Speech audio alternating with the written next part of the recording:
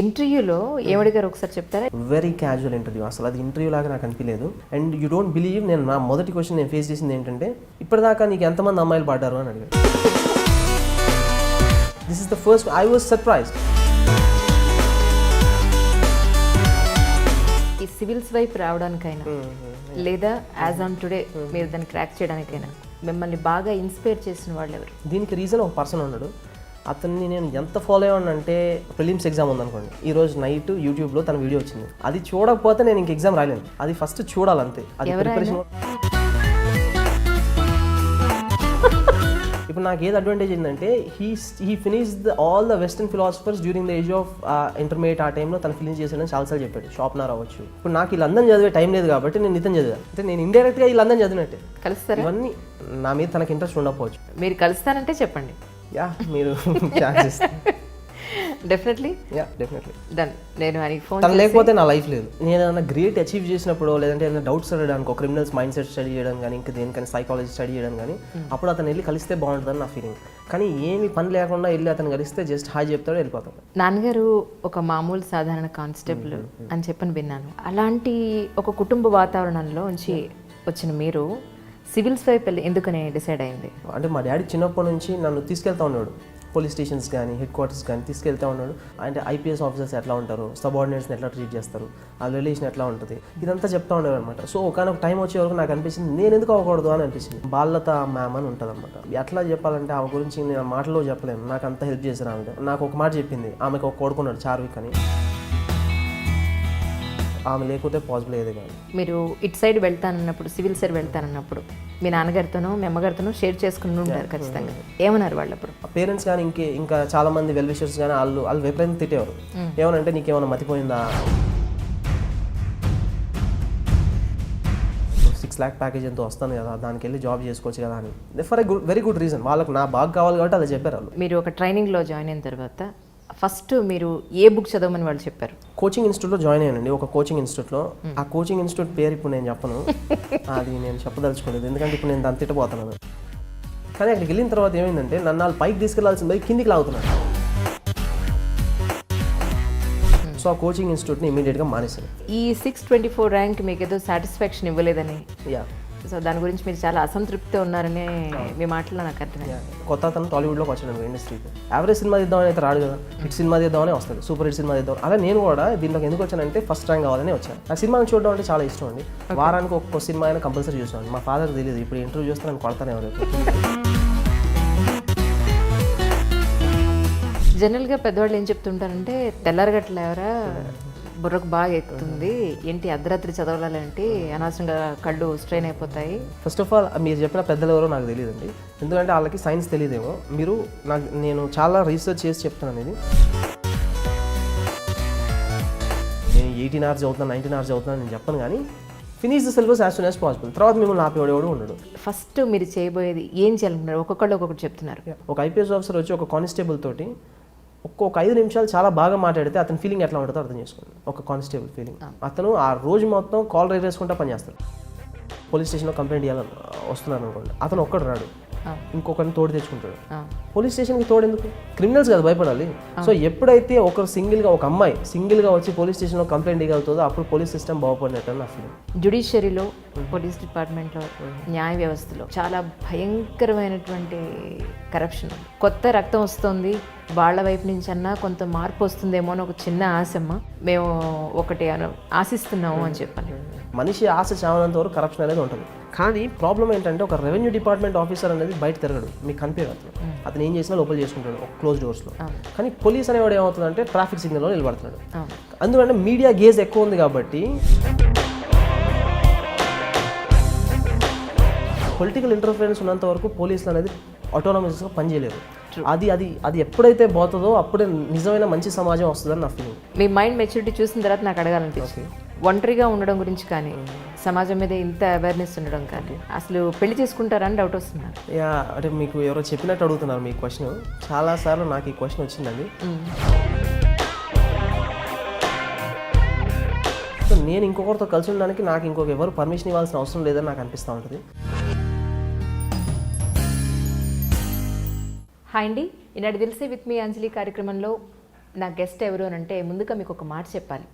ఈ సంవత్సరం సివిల్ సర్వీసెస్లో ఉత్తమ ర్యాంకులు వచ్చిన వాళ్ళనండి, లేదంటే IAS, IPS, IFS, IRS A grade అయినప్పటికీ కూడా వాళ్ళందరినీ మీ అందరికీ పరిచయం చేయాలనే ఒక సదుద్దేశంతో ఎంట్రీస్ అని చేయడం జరుగుతోంది. అలాగే ఈరోజు మరి ఆకాష్ 624 ర్యాంక్ సాధించారని మరి ఆయన అంతరంగాన్ని ఒకసారి చూద్దాం. ఓకేనా? అక్షయ్ గారు గుడ్ మార్నింగ్ అండి. Hello, hi. Yeah, good morning. ఎలా ఉన్నారు? యా, ఫైన్ అండి. యా, సరే, సివిల్స్ ఇప్పుడు వచ్చిన తర్వాత ఉండే అక్షయ్ వేరేమో కదా అప్పటికిప్పటికి. Yeah, of course. ఎందుకంటే ఇప్పుడు నేను కొంచెం టెన్షన్ పడుతున్నాను, కొంచెం హ్యాపీగా ఉన్నాను, కొంచెం అన్హ్యాపీగా కూడా ఉన్నాను. టెన్షన్ ఎందుకు పడుతున్నాను అంటే ఇప్పటిదాకా అర్థం లేని జీవితం, ఇప్పటి నుంచి huge responsibility on my shoulders. This tender age నేను ఫుల్ఫిల్ చేయగలనా లేదా అనేది మనకు ఫ్యూచర్లోకి వెళ్తాను తెలుస్తుంది. హ్యాపీగా ఉన్నా, ఫస్ట్ అటెంప్ట్లో ఐ క్లియర్ ఇట్. అండ్ హ్యాపీగా కూడా ఉంది బికాజ్ ర్యాంక్ చాలా ఎక్కువ వచ్చింది నాకు. I expected some other. So yeah, 3 ప్యారలల్గా రన్ అవుతున్నాయి. Tension, happy, unhappy. యా, సరే, స్ట్రైట్గా అడుగుతాను. ఎంత ఇప్పుడు మీ ఏజ్ ఎంత? My age 23. I'm 23 now. 23. Yeah, 23కి సివిల్ సర్వెంట్ అయిపోయారు కదా. కానీ చాలామంది సీనియర్ మోస్ట్ ఆఫీసర్స్ అందరూ ఫీల్ అయ్యేది ఈసారి మాత్రం చాలా యంగ్ బ్లడ్ వచ్చిందమ్మా, చాలా హ్యాపీగా ఉంది, అవేర్నెస్. కానీ ఇంతకుముందు కానీ చాలా అవేర్నెస్ పెరిగింది కదండి. డెఫినెట్గా. ఇప్పుడు నేను అశోక్ నగర్లో ఉండేవాడిని.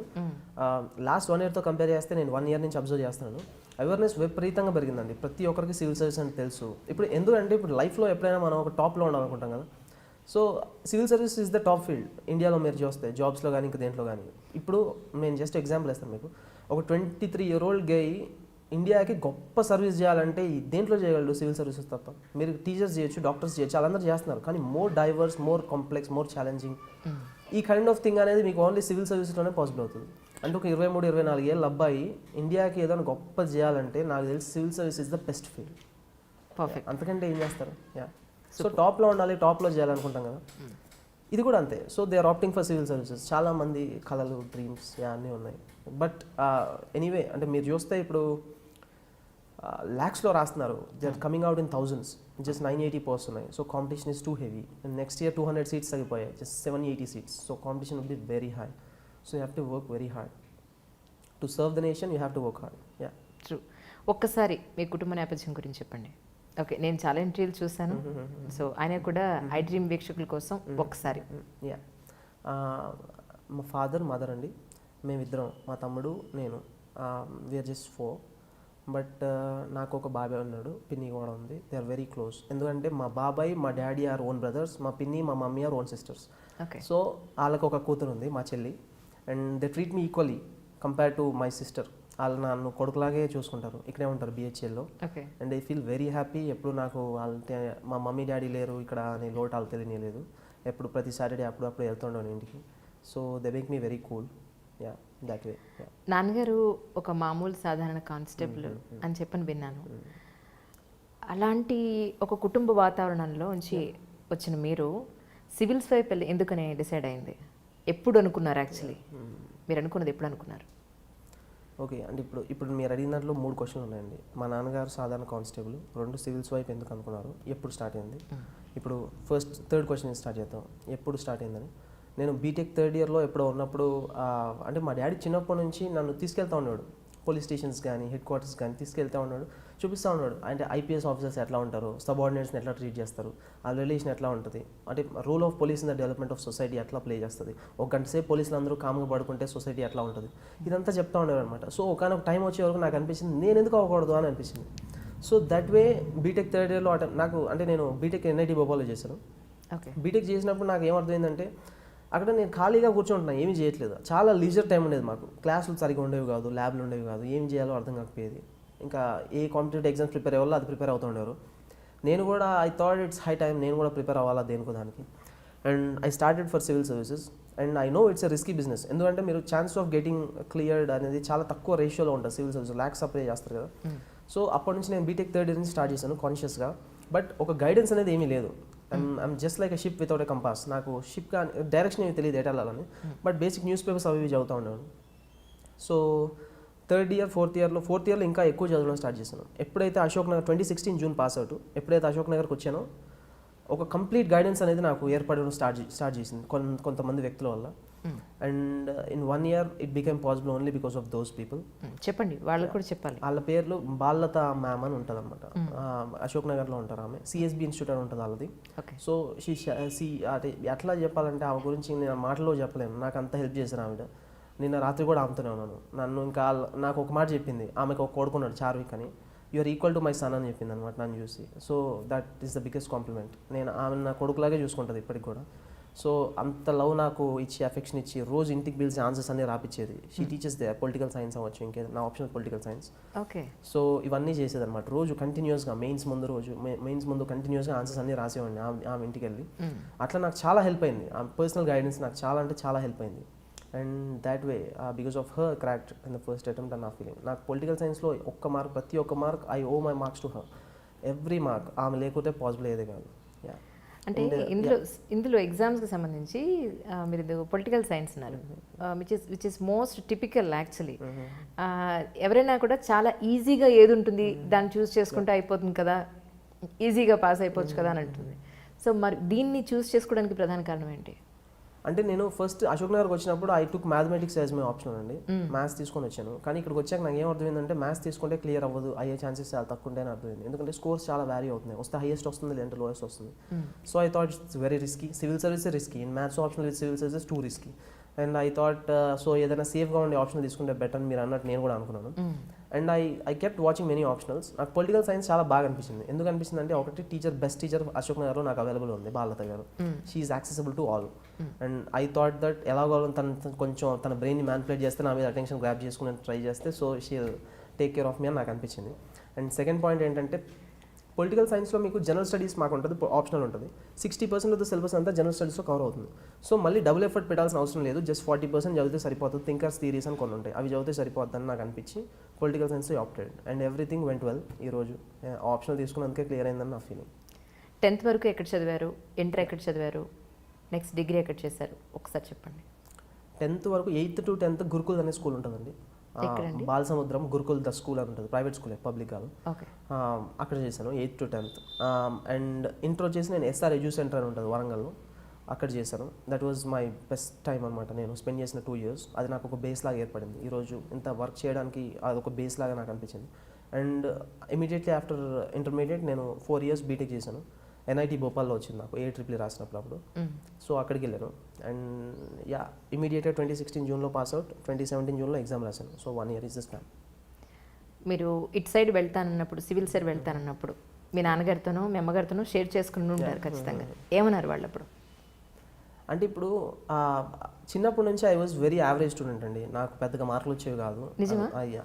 True, it's very true. అంటే ఇప్పుడు నా మీద అటెన్షన్ చాలా మందికి వస్తుంది. చిన్నప్పటి నుంచి ఎందుకు రాలేదంటే జస్ట్ లైక్ దట్, నేను యావరేజ్ స్టూడెంట్. సో అంత అటెన్షన్ పే చేయాల్సిన అవసరం లేదు నాకు. సో వాళ్ళు పే ఎప్పుడు చేయలేదు. ఇప్పుడు ర్యాంక్ వచ్చింది కాబట్టి they are paying me attention. కానీ ఏమైందంటే మా ఫాదర్ ఫస్ట్ టైం అంటే తీసుకెళ్తా చూపిస్తూ ఉన్నాడు కదా ఐపీఎస్ ఆఫీసర్స్ ఎట్లా ఉంటారని, అది ఇది. అంటే అతను ఏమనుకున్నాడంటే నాకు తెలిసినంత వరకు ఏదో చూపిస్తే అయిపోతుందిలే వీడు అవ్వలే అనుకొని చూపించేవాడు అనుకుంటా నాకు తెలిసి. ఒకనొక టైంలో నేను అయిపోతాను, ప్రిపేర్ అవుతాను అన్నప్పుడు అతనికి భయం వేసిందని నా ఫీలింగ్. ఎందుకంటే భయం అంటే ఈ ఎగ్జామ్ చాలా క్రిటికల్ ఎగ్జామ్, చాలా తక్కువ మంది క్లియర్ చేస్తారు. ఒక యావరేజ్ మైండెడ్ పీపుల్ దీన్ని క్లియర్ చేయడం కష్టం అని తనకు కూడా తెలుసు. తన ఐపీఎస్ ఆఫీసర్ని చూస్తూ ఉన్నాడు, అది మాట్లాడుతూ ఉన్నాడు. And he thought that I completely lost my head. ఎందుకంటే I was a bum till that. అప్పటి నుంచి నేను ప్రిపరేషన్ స్టార్ట్ చేయడం అప్పుడు మెల్లిగా అప్పటి నుంచి మొదలైంది. అండ్ 4th yearలో ప్రాబ్లం ఏంటంటే వీఆర్ 60 member బ్యాచ్, కెమికల్ ఇంజనీరింగ్లో మా బ్యాచ్. ఓకే, దాదాపు 50+ పీపుల్కి ప్లేస్మెంట్లు అయిపోయినాయి. కొంతమందికి అవ్వలేదు, ఎవరికి 3-4 అవ్వలేదు. వాళ్ళలో నేను ఒకడిని. ఎందుకు అవ్వలేదంటే నేను వెళ్ళలేదు ప్లేస్మెంట్కి. అక్కడ ఏంటంటే జాబ్స్ ఎక్కువగా ఉన్నాయి, మంది తక్కువ ఉన్నారు. వాళ్ళు రమ్మంటున్నారు, ఆఫర్ చేస్తున్నారు ప్లేస్మెంట్, కానీ మేము వెళ్ళట్లేదు. మా ఫాదర్కి చెప్తున్నా అది ప్లేస్మెంట్ వస్తుంది కానీ నేను వెళ్ళట్లేదని. అప్పుడు ఆయన అంటే పేరెంట్స్ కానీ ఇంకా చాలా మంది వెల్ విషర్స్ కానీ వాళ్ళు విపరీతంగా తిట్టేవారు. ఏమనంటే నీకేమైనా మతిపోయిందా, ఇప్పుడు సివిల్ సర్వీస్ నువ్వు క్రాక్ చేస్తారో తెలియదు, నెక్స్ట్ ఇయర్ క్రాక్ చేయకపోతే ఏంటి పరిస్థితి, you should take a safe career కదా, అంటే నీకు వస్తుందో లేదో తెలియదు, అదే చాలా రిస్కీ బిజినెస్, ఎంతోమంది ప్రిపేర్ అవుతూ ఉంటారు, ఒక్కొక్కరు 4 attempts 5 attempts ఇస్తూ ఉంటారు. సో ఇప్పుడు నువ్వు వెళ్ళి ఫస్ట్ అటెంప్ట్లో క్రాక్ చేస్తే ఓకే, కానీ క్రాక్ చేయకపోతే నీ లైఫ్ ఎట్లా ఉంటుంది ఒకసారి ఆలోచించుకున్నావా, నెక్స్ట్ ఎట్ వెళ్తుందో. ఫస్ట్ అటెంప్ట్లో క్రాక్ చేయకపోతే సెకండ్ అటెంప్ట్లో చాలా కష్టం. సో అది 3-4 years ప్లాన్ అవుతుంది. అప్పటికి నీ ఏజ్ 28 ఆ టైంకి వస్తుంది. సో అప్పుడు నువ్వు క్రాక్ చేసి ఇదంతా ఎందుకు వచ్చినా కూడా ఇప్పుడు 6 lakh ప్యాకేజ్ ఎంతో వస్తుంది కదా, దానికి వెళ్ళి జాబ్ చేసుకోవచ్చు కదా అని for a very good reason. వాళ్ళకి నా బాగా కావాలి కాబట్టి అలా చెప్పారు వాళ్ళు. కానీ I took a risky step. But because ఎందుకంటే నా మీద నాకు కాన్ఫిడెన్స్ ఉండింది. ఫస్ట్ ఆఫ్ ఆల్ నేను ఏం చేయగలను నాకు తెలుసు, కాబట్టి అవన్నీ ఇగ్నోర్ చేసి ఐ వెంట ఉంటుంది. నేను ప్లేస్మెంట్లకు ఏవి వెళ్ళకుండా కాలేజ్ అయిపోగానే ఇమీడియట్గా అశోక్ నగర్లో రూమ్ తీసుకొని I started preparing and I'm here now. అంటే మీరు ఒక ట్రైనింగ్లో జాయిన్ అయిన తర్వాత ఫస్ట్ మీరు ఏ బుక్ చదవమని వాళ్ళు చెప్పారు? ఏ బుక్ చదివారు మీరు? యాక్చువల్గా నేను కోచింగ్ ఇన్స్టిట్యూట్లో జాయిన్ అయ్యానండి, ఒక కోచింగ్ ఇన్స్టిట్యూట్లో. ఆ కోచింగ్ ఇన్స్టిట్యూట్ పేరు ఇప్పుడు నేను చెప్పను, అది నేను చెప్పదలుచుకోలేదు, ఎందుకంటే ఇప్పుడు నేను దాన్ని తిట్టబోతున్నాను. సో అది పేరు చెప్పి తిట్టడం నాకు ఇష్టం లేదు. రైట్. అది నేను జాయిన్ అయిన తర్వాత నాకు ఏమనిపిస్తుంది అంటే, ఆ కోచింగ్ ఇన్స్టిట్యూట్కి వెళ్ళిన తర్వాత నేను అప్పటికే కొంచెం ప్రిపేర్ అయ్యా, కొన్ని బుక్స్ చదివి వెళ్ళాను, కొంచెం ప్రిపేర్ అయ్యాను. నేను కోచింగ్ ఇన్స్టిట్యూట్ జాయిన్ అవ్వడానికి ఏకైక కారణం ఏంటంటే నాకు గైడెన్స్ వస్తుంది, వాళ్ళు ఇంకా నన్ను బెటర్గా ప్రిపేర్ చేస్తారని నాకు అనిపించింది. కానీ అక్కడికి వెళ్ళిన తర్వాత ఏమైందంటే నన్ను వాళ్ళు పైకి తీసుకెళ్లాల్సింది పోయి కిందికి లాగుతున్నారు. నాకు అర్థమైంది ఏంటంటే 4 to 5 hours డైలీ క్లాస్ అంటే చేసేది ఏమీ లేదు, నువ్వు రూమ్లో కూర్చొని ప్రిపేర్ అయితే బెటర్ అని నాకు అర్థమైంది. సో ఆ కోచింగ్ ఇన్స్టిట్యూట్ని ఇమీడియట్గా మానేసాను. ఆ కట్టిన 1,30,000 ఎంతో పోయినాయి. ఐ డో నాట్ బాదర్, ఆ పోతే బోనీ అండ్ మనీ. నేను మళ్ళీ రూమ్లోకి వచ్చి నా అంతటి నేనే ఓన్గా ప్రిపేర్ అయ్యాను. కొన్ని ఆప్షన్కి మాత్రం I thought guidance is required. అప్పుడు సిఎస్బి ఇన్స్టిట్యూట్కి వెళ్ళాను, బాలత మ్యామ్ దగ్గరికి. అక్కడ నాకు చాలా హెల్ప్ అయింది. సో ఇనిషియల్గా జాయిన్ అయిన కోచింగ్ ఇన్స్టిట్యూట్లో నాకు వచ్చింది ఏమీ లేదు, ఇంకా పోయిందే ఎక్కువ నాకు. ఆ కోచింగ్ ఇన్స్టిట్యూట్ పేరు నేను చెప్పదలుచుకోలేదు. బట్ బుక్స్ అంటారా అంటే సబ్జెక్ట్ వైజ్ బుక్స్ ఉంటాయండి. ఇప్పుడు నేను ఇమీడియట్గా నేను వచ్చే ముందే ఒక బుక్ చదివేసి వచ్చాను. ఇండియన్ పాలిటీకి లక్ష్మీకాంత్ అనే బుక్ ఉంటుంది, అది ఆల్రెడీ చదివేసి వచ్చాను. ఎందుకంటే అది చదవకుండా పేపర్ అర్థం కాదు మీకు, ఇండియన్ పాలిటీ లేకుండా పేపర్ అనేది మీకు అర్థం కాదు. So I know that, and already అది చదివి వచ్చాను కాబట్టి ఇక్కడ నాకు చాలా ఈజీ అయిపోయింది. అప్పుడు నేను ఎకనామిక్స్ బుక్స్ కానీ హిస్టరీ బుక్స్ కానీ చదవడానికి నాకు చాలా తేలికైంది, పేపర్ చదవడం చాలా ఈజీ అయిపోయింది. That's fantastic. అంటే నేను ఒకటి విన్నాను ఏంటంటే మీకు అడవి అంటే చాలా ఇష్టం అని చెప్పని ఒక చోట చూడడం జరిగింది. దాని గురించి ఒకసారి చెప్పండి మాకు కూడా. అంటే నాకు బేసిక్గా ఆమె నేచర్ ఎంతూజియాస్ట్ అండి. నాకు నేచర్ అంటే చాలా ఇష్టం, అడవి అంటే చాలా ఇష్టం, సింపుల్ లివింగ్ అవన్నీ ఇష్టం. అడవిలో ఏమవుతుంది, జంతువుల మధ్యలో రిలేషన్ ఎట్లా ఉంది, మనిషి మధ్యలో ఎట్లా ఉంటుంది, ఇది నాకు అంటే స్టడీ చేయడం ఇష్టం అనమాట. అందుకే నా ఖాళీ టైంలో కూడా నా హాబీ అది. నేను సివిల్ సర్వీస్ ఇంటర్వ్యూలో కూడా అదే చెప్పాను. నా హాబీ ఏంటంటే వైల్డ్ లైఫ్ అనమాట. అంటే నేను నేషనల్ జియోగ్రఫిక్, డిస్కవరీ ఛానల్స్ ఎక్కువ చూస్తూ ఉంటాను. ఎందుకంటే నాకు అది ఇంట్రెస్ట్, యానిమల్స్ కానీ వాళ్ళ బిహేవియర్ కానీ స్టడీ చేయడం నాకు ఇంట్రెస్ట్ అనమాట. నేను మనుషులను కూడా అదే చేస్తాను. I'm just sitting on a top angle and studying the behaviour of all the people and ఆబ్జెక్టివ్గా స్టడీ చేయడం అంటారుగా అది. సో అట్లా అడవి అంటే నాకు ఎందుకు ఇష్టం అంటే, అడవిలో ఎన్విరాన్మెంట్ అవ్వచ్చు, ఎకో సిస్టమ్ అవ్వచ్చు, దాని రిలేషన్ అవ్వచ్చు, ఇవన్నీ నాకు చాలా ఇష్టం. అండ్ నేను ఒక క్యాడర్ ఎంపిక చేశాను, ఛత్తీస్గఢ్ అని నేను ప్రిఫర్ చేశాను. అక్కడ కూడా మోస్ట్ ఆఫ్ ద అడవే ఉంటుంది. అండ్ ఐ హోప్ అది వస్తే నేను బెటర్గా వెళ్ళి అడవిలో ఉండటం నాకు చాలా ఇష్టం. ఈ cities are too fast for me. ఈ పెద్ద రిచ్ బంగ్లాస్ ఇవన్నీ నాకు అసలు నచ్చవు. సో అడవిలో simple living is I prefer. అడగడం మర్చిపోయాను యాక్చువల్లీ, ఇంటర్వ్యూలో ఏమడిగారు ఒకసారి చెప్తారా? ఇది క్వశ్చన్ అందరినీ అడుగుతున్నాను, ఎందుకంటే ఫర్దర్గా చేసే ప్రోగ్రామ్కి ఉపయోగపడుతుంది. ఏమడిగారు actually? My interview was on 23rd March అండి. 23rd March luckily was the day of assassination of Bhagat Singh, Sukhdev, Rajguru 1931లో. చచ్చిపోయినప్పుడు భగత్ సింగ్ ఏజ్ 23, ఇప్పుడు నా ఏజ్ 23. అతను దేశం కోసం చచ్చిపోయాడు, నేను దేశానికి సర్వ్ చేద్దామని వస్తాను ఆ రోజు, అంతే తేడా. అండ్ నేను ఎక్స్పెక్ట్ చేసింది ఏంటంటే భగత్ సింగ్ మీద క్వశ్చన్ పడుతుంది, ఎందుకంటే సేమ్ ఏజ్ గ్రూప్ కాదు ఇద్దరం, అండ్ కొంచెం ఆశయాలు కూడా సేమ్గా ఉంటాయి భగత్ సింగ్ నాయి.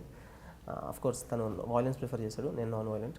అండ్ సో కానీ ఇంటర్వ్యూకి వెళ్ళాను. ఆ రోజు నాది బోన్స్లే బోర్డు, అజిత్ బోన్స్లే అని రిటైర్డ్ ఎయిర్ మార్షల్ సార్ ఆ బోర్డు. అండ్ వెళ్ళిన వెంటనే అది 20-25 minutes జరిగిందండి. టైం సరిగ్గా నోట్ చేయలేదు కానీ 25 minutes జరుగుతుంది.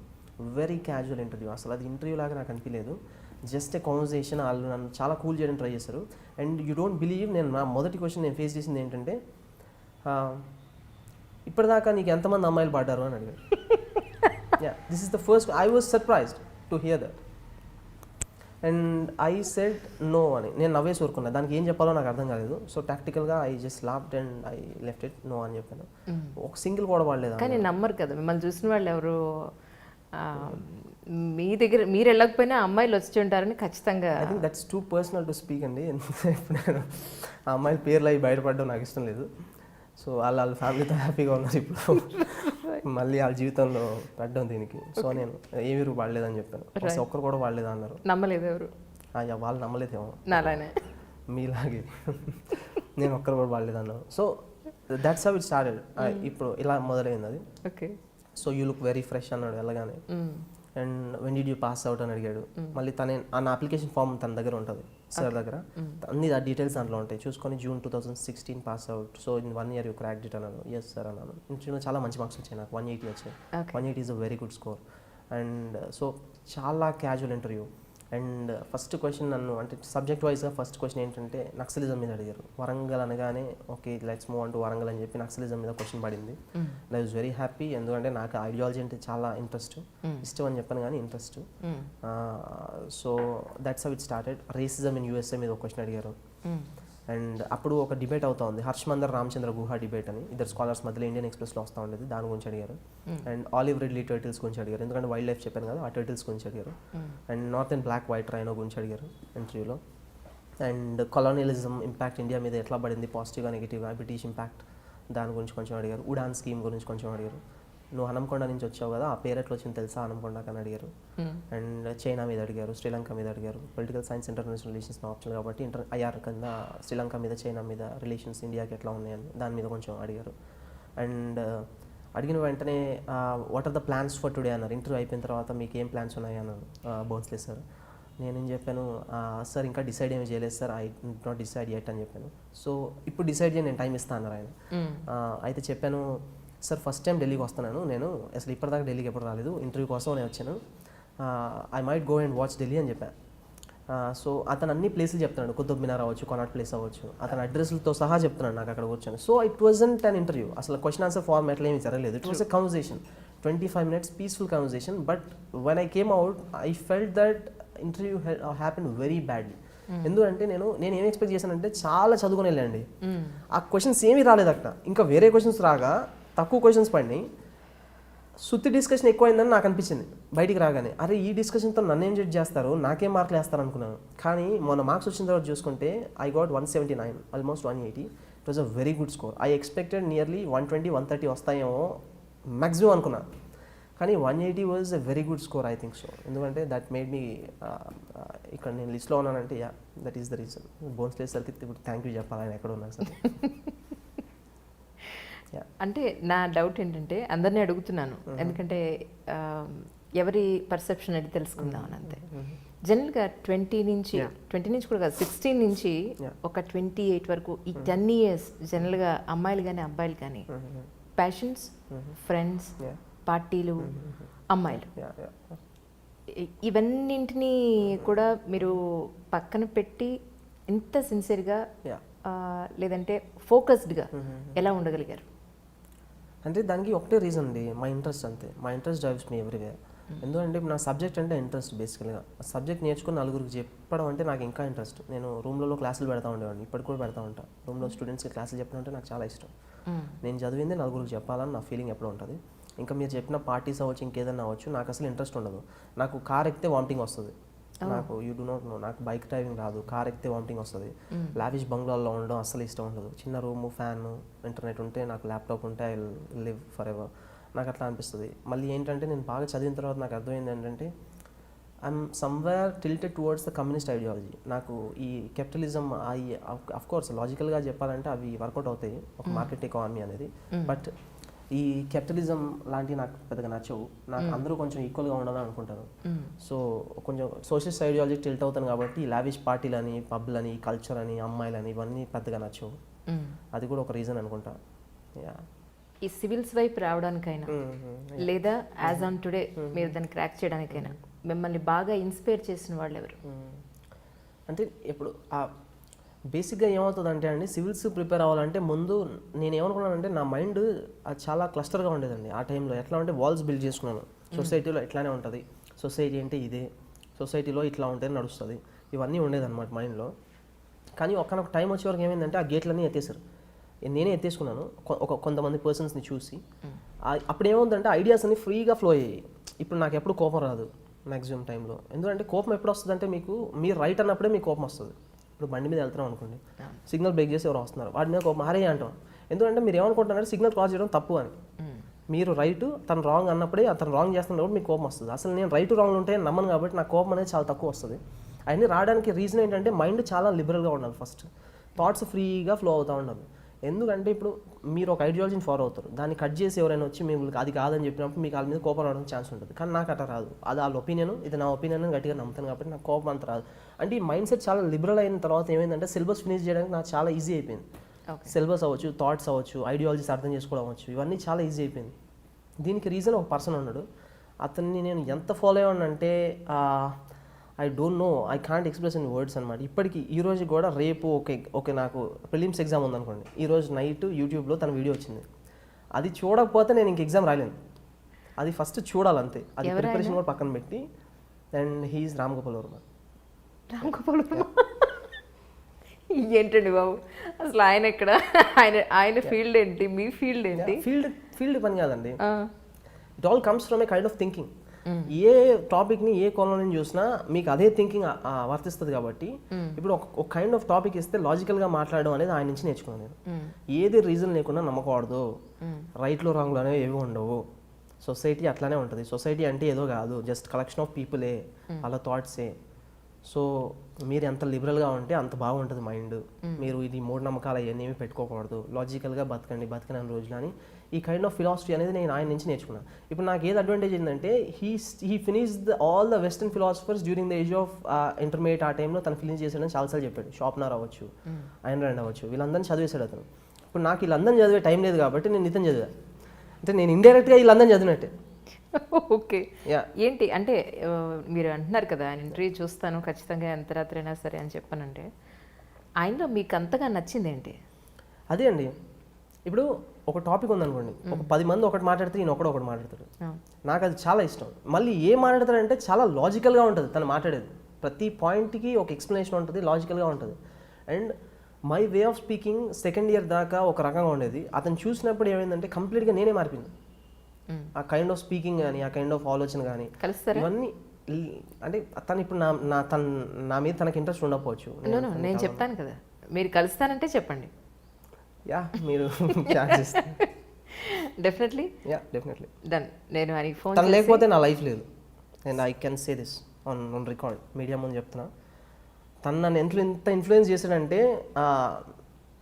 నా ఫ్రెండ్స్ ఒక 5 ఉంటారు, వాళ్ళందరికీ వర్మ పిచ్చి ఎక్కించా. ఇప్పుడు వాళ్ళందరూ ఆయన ఫ్యాన్స్. మై గాడ్, వర్మ గారికి ఇంత హార్డ్ కోర్ ఫ్యాన్ ఉన్నారంటే నేను నమ్మలేకపోతున్నానండి అసలు. అది కూడా ఒక సివిల్ స్క్రాచ్ చేసిన ఒక పర్సన్. అతను క్రైమ్ చూసే విధానం అవ్వచ్చు, ఇంకేదన్నా అవ్వచ్చు. అతను ఫస్ట్ నేను ఇంటర్వ్యూస్ చూసాను కాదు, సినిమాలు చూసేవాడిని. అక్కడ నుంచి ఇతను ఎవరు అని తెలుసుకోవడం స్టార్ట్ పెట్టా. అప్పటి నుంచి అతను సినిమాలు చూడడం అనేసి అతను చూడడం స్టార్ట్ చేశాను. సత్య అవ్వచ్చు, కంపెనీ అవ్వచ్చు, one of the best movies I ever watched. మళ్ళీ టైం ఉంటే మళ్ళీ అవే చూస్తాను. ఒక్కొక్కసారి 100 సార్లు చూసినట్టున్నా. సత్య అయితే నాకు గుర్తు కూడా లేదు. ప్రతి సీన్ ఎపిక్ అని ఫీల్ అవుతాను, ప్రతి సీన్. ఆయన మీ కళ్ళ ముందు వస్తే కనుక మిమ్మల్ని కలవడానికో లేకపోతే మీరు ఆయన కలవడానికో ఏం చేస్తారు ఫస్ట్? నేను ఏమి చేయనండి అతని ముందు. ఏమి చేసినా వేస్టే, అతను నన్ను పట్టించుకోడు. అలా అంటే ఎలాగా? Now you have your own designation కదా. Yes, definitely. అంటే నేను ఏదైనా గ్రేట్ అచీవ్ చేసినప్పుడు, లేదంటే ఏదైనా డౌట్స్ అడగడానికి, క్రిమినల్స్ మైండ్ సెట్ స్టడీ చేయడం కానీ, ఇంకా దేనికని సైకాలజీ స్టడీ చేయడం కానీ, అప్పుడు అతను వెళ్ళి కలిస్తే బాగుంటుందని నా ఫీలింగ్. కానీ ఏమి పని లేకుండా వెళ్ళి అతను కలిస్తే జస్ట్ హాయ్ చెప్తాడు, వెళ్ళిపోతాడు. సో నాకు అది ఇష్టం లేదు. ఆయన నన్ను ఇగ్నోర్ చేయడం నేను భరించలేను. అది వండర్ఫుల్. లేదు, ఇప్పుడు మిమ్మల్ని ఇగ్నోర్ చేసే ఛాన్స్ ఎక్కడ? ఇప్పుడు మీరు డెఫినెట్లీ సివిల్ సర్వెంట్గా ఉన్నారు. ఇంకొకటి నేను అడగాలి, అంటే ఈ 624 ర్యాంక్ మీకు ఏదో సాటిస్ఫాక్షన్ ఇవ్వలేదని, సో దాని గురించి మీరు చాలా అసంతృప్తితో ఉన్నారని మీ మాటల్లో నాకు అర్థమైంది. సో దాని గురించి ఏం చెప్తారు? అంటే నేను ప్రిపరేషన్ స్టార్ట్ చేసినప్పుడు ఒకటే అనుకున్నానండి, ఏమనంటే నాకు వస్తే మొదటి ర్యాంకే రావాలి, అది తప్ప నాకు వేరే ర్యాంక్ వద్దు అని. ఎగ్జామ్ రాసే ముందు వరకు నాకు అదే ఆలోచన ఉండింది, వస్తే మొదటి ర్యాంకే కొట్టాలి, ఇంకా వేరేది ఏమవుద్దు. ఎందుకంటే నేను always I wanted to be on top. నేను ఎంత ప్రిపేర్ చేయనో, ఏమేమి బుక్స్ చదివినో నాకే తెలుస్తుంది. 10th క్లాస్ వరకు యావరేజ్ స్టూడెంట్, వెరీ యావరేజ్. తర్వాత టాప్ లోనే ఉండాలి. టాప్ లోనే ఉండాలి. సో రెండు కాంట్రాస్టింగ్ ఉన్నాయి, రెండు ధృవాలు. ఎందుకంటే ఇప్పుడు నేను అతను వర్మ గారిని చూసినప్పుడు ఏమి నేర్చుకున్నానంటే, ఈ ఎక్కడున్నా మీరు టాప్గా ఉండాలి, లైఫ్ని చాలా ఇంటెన్స్గా యూ హ్యావ్ టు లివ్ అని తన దగ్గర నుంచి నేను నేర్చుకున్నాను అనమాట. సో ఈ సివిల్ సర్వీస్ సిలబస్ కూడా నాకు తెలిసి చాలా దగ్గరగా ఉంది. హిస్టరీ కానీ, పాలిటీ కానీ, ఇండియా గురించి నేర్చుకోవడం అనేది నాకు చాలా బాగా అనిపించేది. సో ఇది నాకు వెల్ వర్స్ సబ్జెక్ట్ కాబట్టి నేను ఏమనుకున్నానంటే, దీంట్లో మనం ఎట్లాగో టాప్గా ఉండాలి. ఇప్పుడు మీరు ఎగ్జాంపుల్ ఏమైనా తీసుకోండి, ఇప్పుడు ఒక కొత్త అతను టాలీవుడ్లోకి వచ్చాడు ఇండస్ట్రీకి. అతను ఏమనుకుంటాడు, సినిమా తీసేటప్పుడు యావరేజ్ సినిమా తీద్దామని అయితే రాడు కదా, హిట్ సినిమా తీద్దామని వస్తాడు, సూపర్ హిట్ సినిమా తీద్దాం. అలా నేను కూడా దీంట్లోకి ఎందుకు వచ్చానంటే ఫస్ట్ ర్యాంక్ కావాలని వచ్చాను. ఇప్పుడు ఏదైనా పని చేసినప్పుడు we want to be on the top. So నేను కూడా I wanted always first rank. But something went wrong, ఏమైందో తెలియదు. ఇప్పుడు నేను ఒకసారి ఇన్ ద హైండ్ సైడ్ ఒకసారి రీకాల్ చేసుకుంటే కొన్ని బ్లండర్స్ చేశానని నాకు తెలుసు మెయిన్స్లో. అండ్ హోప్ఫుల్లీ నెక్స్ట్ టైం అవి రిపీట్ చేయకుండా ఉంటానని నా ఫీలింగ్. ఇంకోసారి రాస్తారైతే రాద్దామని అనుకుంటున్నా. ఇప్పుడు నాకు హోప్ఫుల్లీ ఐపీఎస్ వచ్చే ఛాన్స్ చాలా ఎక్కువ ఉంది. అండ్ నాకు ప్రిఫర్ చేసిన క్యాడర్ కూడా వస్తుంది. సో రాయడంలో అసలు అర్థమే లేదు, బట్ బెటర్ ర్యాంక్ నాకు కావాలి. I want to launch myself in to the society with a better rank. That's your mental satisfaction. Mental satisfaction. నేను I'm not for 624 is not for me అని నా feeling. ఇది ఇంకెవరిదో.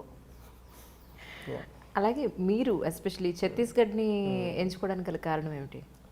అక్కడ crime కూడా ఎక్కువ అంటారు కదా, మీ ఏజ్కి ఆ క్రైమ్ని ఎదుర్కొనేంత మెచ్యూరిటీ లెవెల్స్ ఉంటాయని మీ ఉద్దేశం?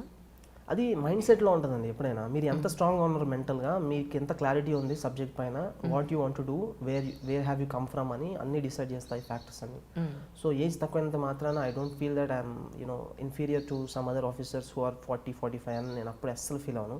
I always think that I'm the strongest person living on this planet earth. అలా ఫీల్ అవ్వకపోతే నేను రోజు బతకలేను అసలు. నేను నా మెంటల్ స్టేట్ చాలా స్ట్రాంగ్గా ఉంటుంది. అండ్ ఛత్తీస్గఢ్ ఎందుకు ప్రిఫర్ చేశానంటే, ఒక ఛత్తీస్గఢే ప్రిఫర్ చేయలేదు నేను. I prefer Chhattisgarh, I prefer Bihar, I prefer Jharkhand, I prefer జేఎండ్కే, I prefer Assam, Tripura. ఎక్కడెక్కడ క్రైమ్ రేషియో ఎక్కువ ఉందో అక్కడ అనుకుంటున్నారు మీరు? లేదు, అంటే మీరు క్రైమ్ ఒకటే చూస్తున్నారు, ఎందుకంటే ఇప్పుడు నేను ఐపీఎస్ పెట్టాను కాబట్టి. కానీ ప్రాబ్లం ఏంటంటే అక్కడ సొసైటీ కూడా చాలా డెవలప్ అవ్వాలి ఇంకా. ఎందుకంటే ఇప్పుడు నేను పెట్టే ముందు లాజికల్ బేసిస్లో పెట్టానండి. ఇప్పుడు క్యాడర్స్ ప్రిఫర్ చేస్తారు జనరల్గా, స్టూడెంట్స్ క్యాడర్స్ ప్రిఫర్ చేస్తారు. I'm not demeaning them. జనరల్గా ఒక యావరేజ్ స్టూడెంట్ ఉన్నాడు ఎట్లా క్యాడర్ ప్రిఫర్ చేస్తారంటే, అప్లికేషన్ ఫామ్ వస్తుంది, దానిలో క్యాడర్స్ అన్ని జోన్స్ ఏవో కొత్త సిస్టమ్ వచ్చింది. ఇప్పుడు ఎట్లా ప్రిఫర్ చేస్తానంటే, we want to be in our home state. ఎందుకంటే ఇది మాకు బాగా తెలుసు కాబట్టి, ఇక్కడ ఉంటే బాగుంటుంది, మా ఫ్యామిలీ అంతా ఇక్కడే ఉంది, వాళ్ళని నేను I have to take care of them. So అవన్నీ వాళ్ళ ఫ్యాక్టర్స్ ఉంది, అవన్నీ బేసిస్ మీద హోమ్ స్టేట్ అనేది సెలెక్ట్ చేసుకోవడానికి ఎక్కువ ఛాన్స్ ఉంటుంది. హోమ్ స్టేట్ తర్వాత they opt which is more peaceful. And southern states అనేవి చాలా పీస్ఫుల్గా ఉంటాయి compare to northern states. And so Tamil Nadu అవ్వచ్చు, కర్ణాటక అవ్వచ్చు, కేరళ అవ్వచ్చు, ఇవన్నీ ప్రిఫర్ చేయడానికి చాలా మంది ఇష్టపడతారు, మహారాష్ట్ర లాంటివి. ఎందుకంటే ఇక్కడ మోర్ పీస్ ఉంటుంది కంపేర్ టు నార్త్. బీహార్ అవ్వచ్చు, జార్ఖండ్, ఛత్తీస్గఢ్, మధ్యప్రదేశ్ లాంటివి వాళ్ళు జనరల్గా ప్రిఫర్ చేయరు. కానీ నా కేసు వచ్చేప్పటికి నేను ఏమనుకున్నానంటే, I don't want to live my life as like others. అంటే పొద్దున్న లేసామా, పుట్టాము, స్కూల్కి వెళ్ళిపోయాము, పిల్లలు కన్నా వాళ్ళ పెళ్ళిళ్ళు చేసాం, చచ్చిపోయాము, ఈ లైఫ్ నాకు బోర్ పడుతుంది. I want a challenging life. I want to live my life so intensely. So నేను ఎట్లా ఫీల్ అయ్యానంటే, ఎక్కడైతే డెవలప్మెంట్ లేదో అక్కడికి వెళ్ళి పని చేద్దామని ఫీల్ అయ్యాను. అప్పుడు నేను ఏం చూసానంటే, నాకు 2 ఇండిసెస్ కనపడినాయి. అంటే వేరే ఇండిసెస్ చాలా ఉండొచ్చు, ఇండెక్స్ అంటే జస్ట్ ఒక నెంబర్ కనపడినాయి. హ్యూమన్ డెవలప్మెంట్ ఇండెక్స్ అని ఒకటి ఉంటుంది, యునైటెడ్ నేషన్స్ వస్తుంది. ఇంకోటి సోషల్ ప్రోగ్రెస్ ఇండెక్స్ అని ఉంటుంది. ఆ 2 ఇండెక్స్లు చూసి ఎక్కడైతే వాటి నెంబర్స్ చాలా లోలో ఉన్నాయో, ప్రోగ్రెస్ అనేది చాలా లోలో ఉందో చూసి I opted for Chhattisgarh, Odisha, Bihar, Jharkhand etcetera. So అక్కడ నేను పని చేస్తే ఎఫెక్ట్ ఎక్కువ ఉంటుంది. దోస్ ఏరియాస్ రిక్వైర్ మీ అని నా ఫీలింగ్ అనమాట. More than I require those areas require me. వాళ్ళకి నా అవసరం ఎక్కువ ఉందని నా ఫీలింగ్. అందుకే అక్కడ పని చేద్దామని డిసైడ్ అయ్యి నేను అట్లా ఆఫ్ చేసుకుంటూ వచ్చాను. So purely on a logical basis I went, not on some emotional basis. On మా ఫ్యామిలీని నేను టేక్ కేర్ చేయాలి, ఇవన్నీ నాకు సెకండరీ అనిపించినాయి. First I have to serve the మీది ఒక మధ్యతరగతి కుటుంబం. మీ తమ్ముడు, అమ్మ, నాన్న, ఒక జనరల్ కామన్గా ఉండే ఒక మధ్యతరగతి కుటుంబంలో మీరు ఒంటరిగా ఉండడానికి ఎందుకు ఇష్టపడతారు అనేది నాకు అర్థం కాలేదు. ఇప్పుడు అదే అండి, ఇప్పుడు ఒంటరిగా అంటే, ఇప్పుడు నేను ఒంటరిగా ఉంటున్నాను చాలామంది అనుకుంటారు, కానీ నా బ్రెయిన్లో 1,00,000 థాట్స్ ఉన్నాయి. ఆ థాట్స్తో నేను బతుకుతున్నాను. సో నేను ఇప్పుడు ఒంటరిగా లేను. అండ్ నేను అంటే పర్సన్స్ దూరంగా ఉంటాను. ఎందుకంటే ఇప్పుడు నేను పబ్లిక్ గ్యాదరింగ్స్కి ఐ డోంట్ అటెండ్. ఎందుకంటే బాగున్నారా, ఎప్పుడు వచ్చారు, కాఫీ తాగుతారా, ఇవన్నీ నాకు బోర్ పడతాయి.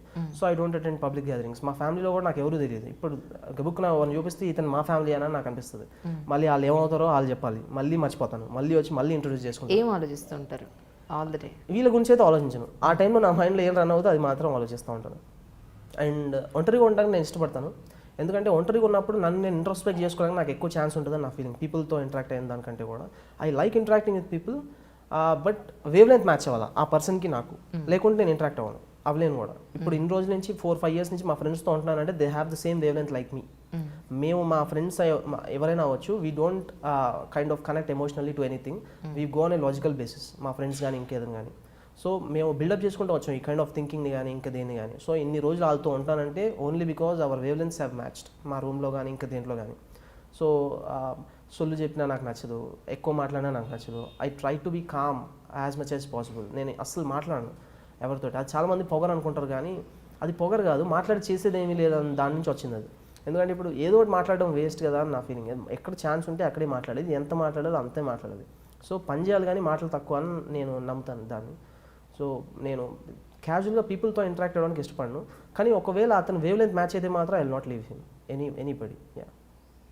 అంటే మీ ఫ్రెండ్స్ ఎవరు మిమ్మల్ని సైడ్ ట్రాక్ తీసుకెళ్ళడానికి ట్రై చేయలేదా?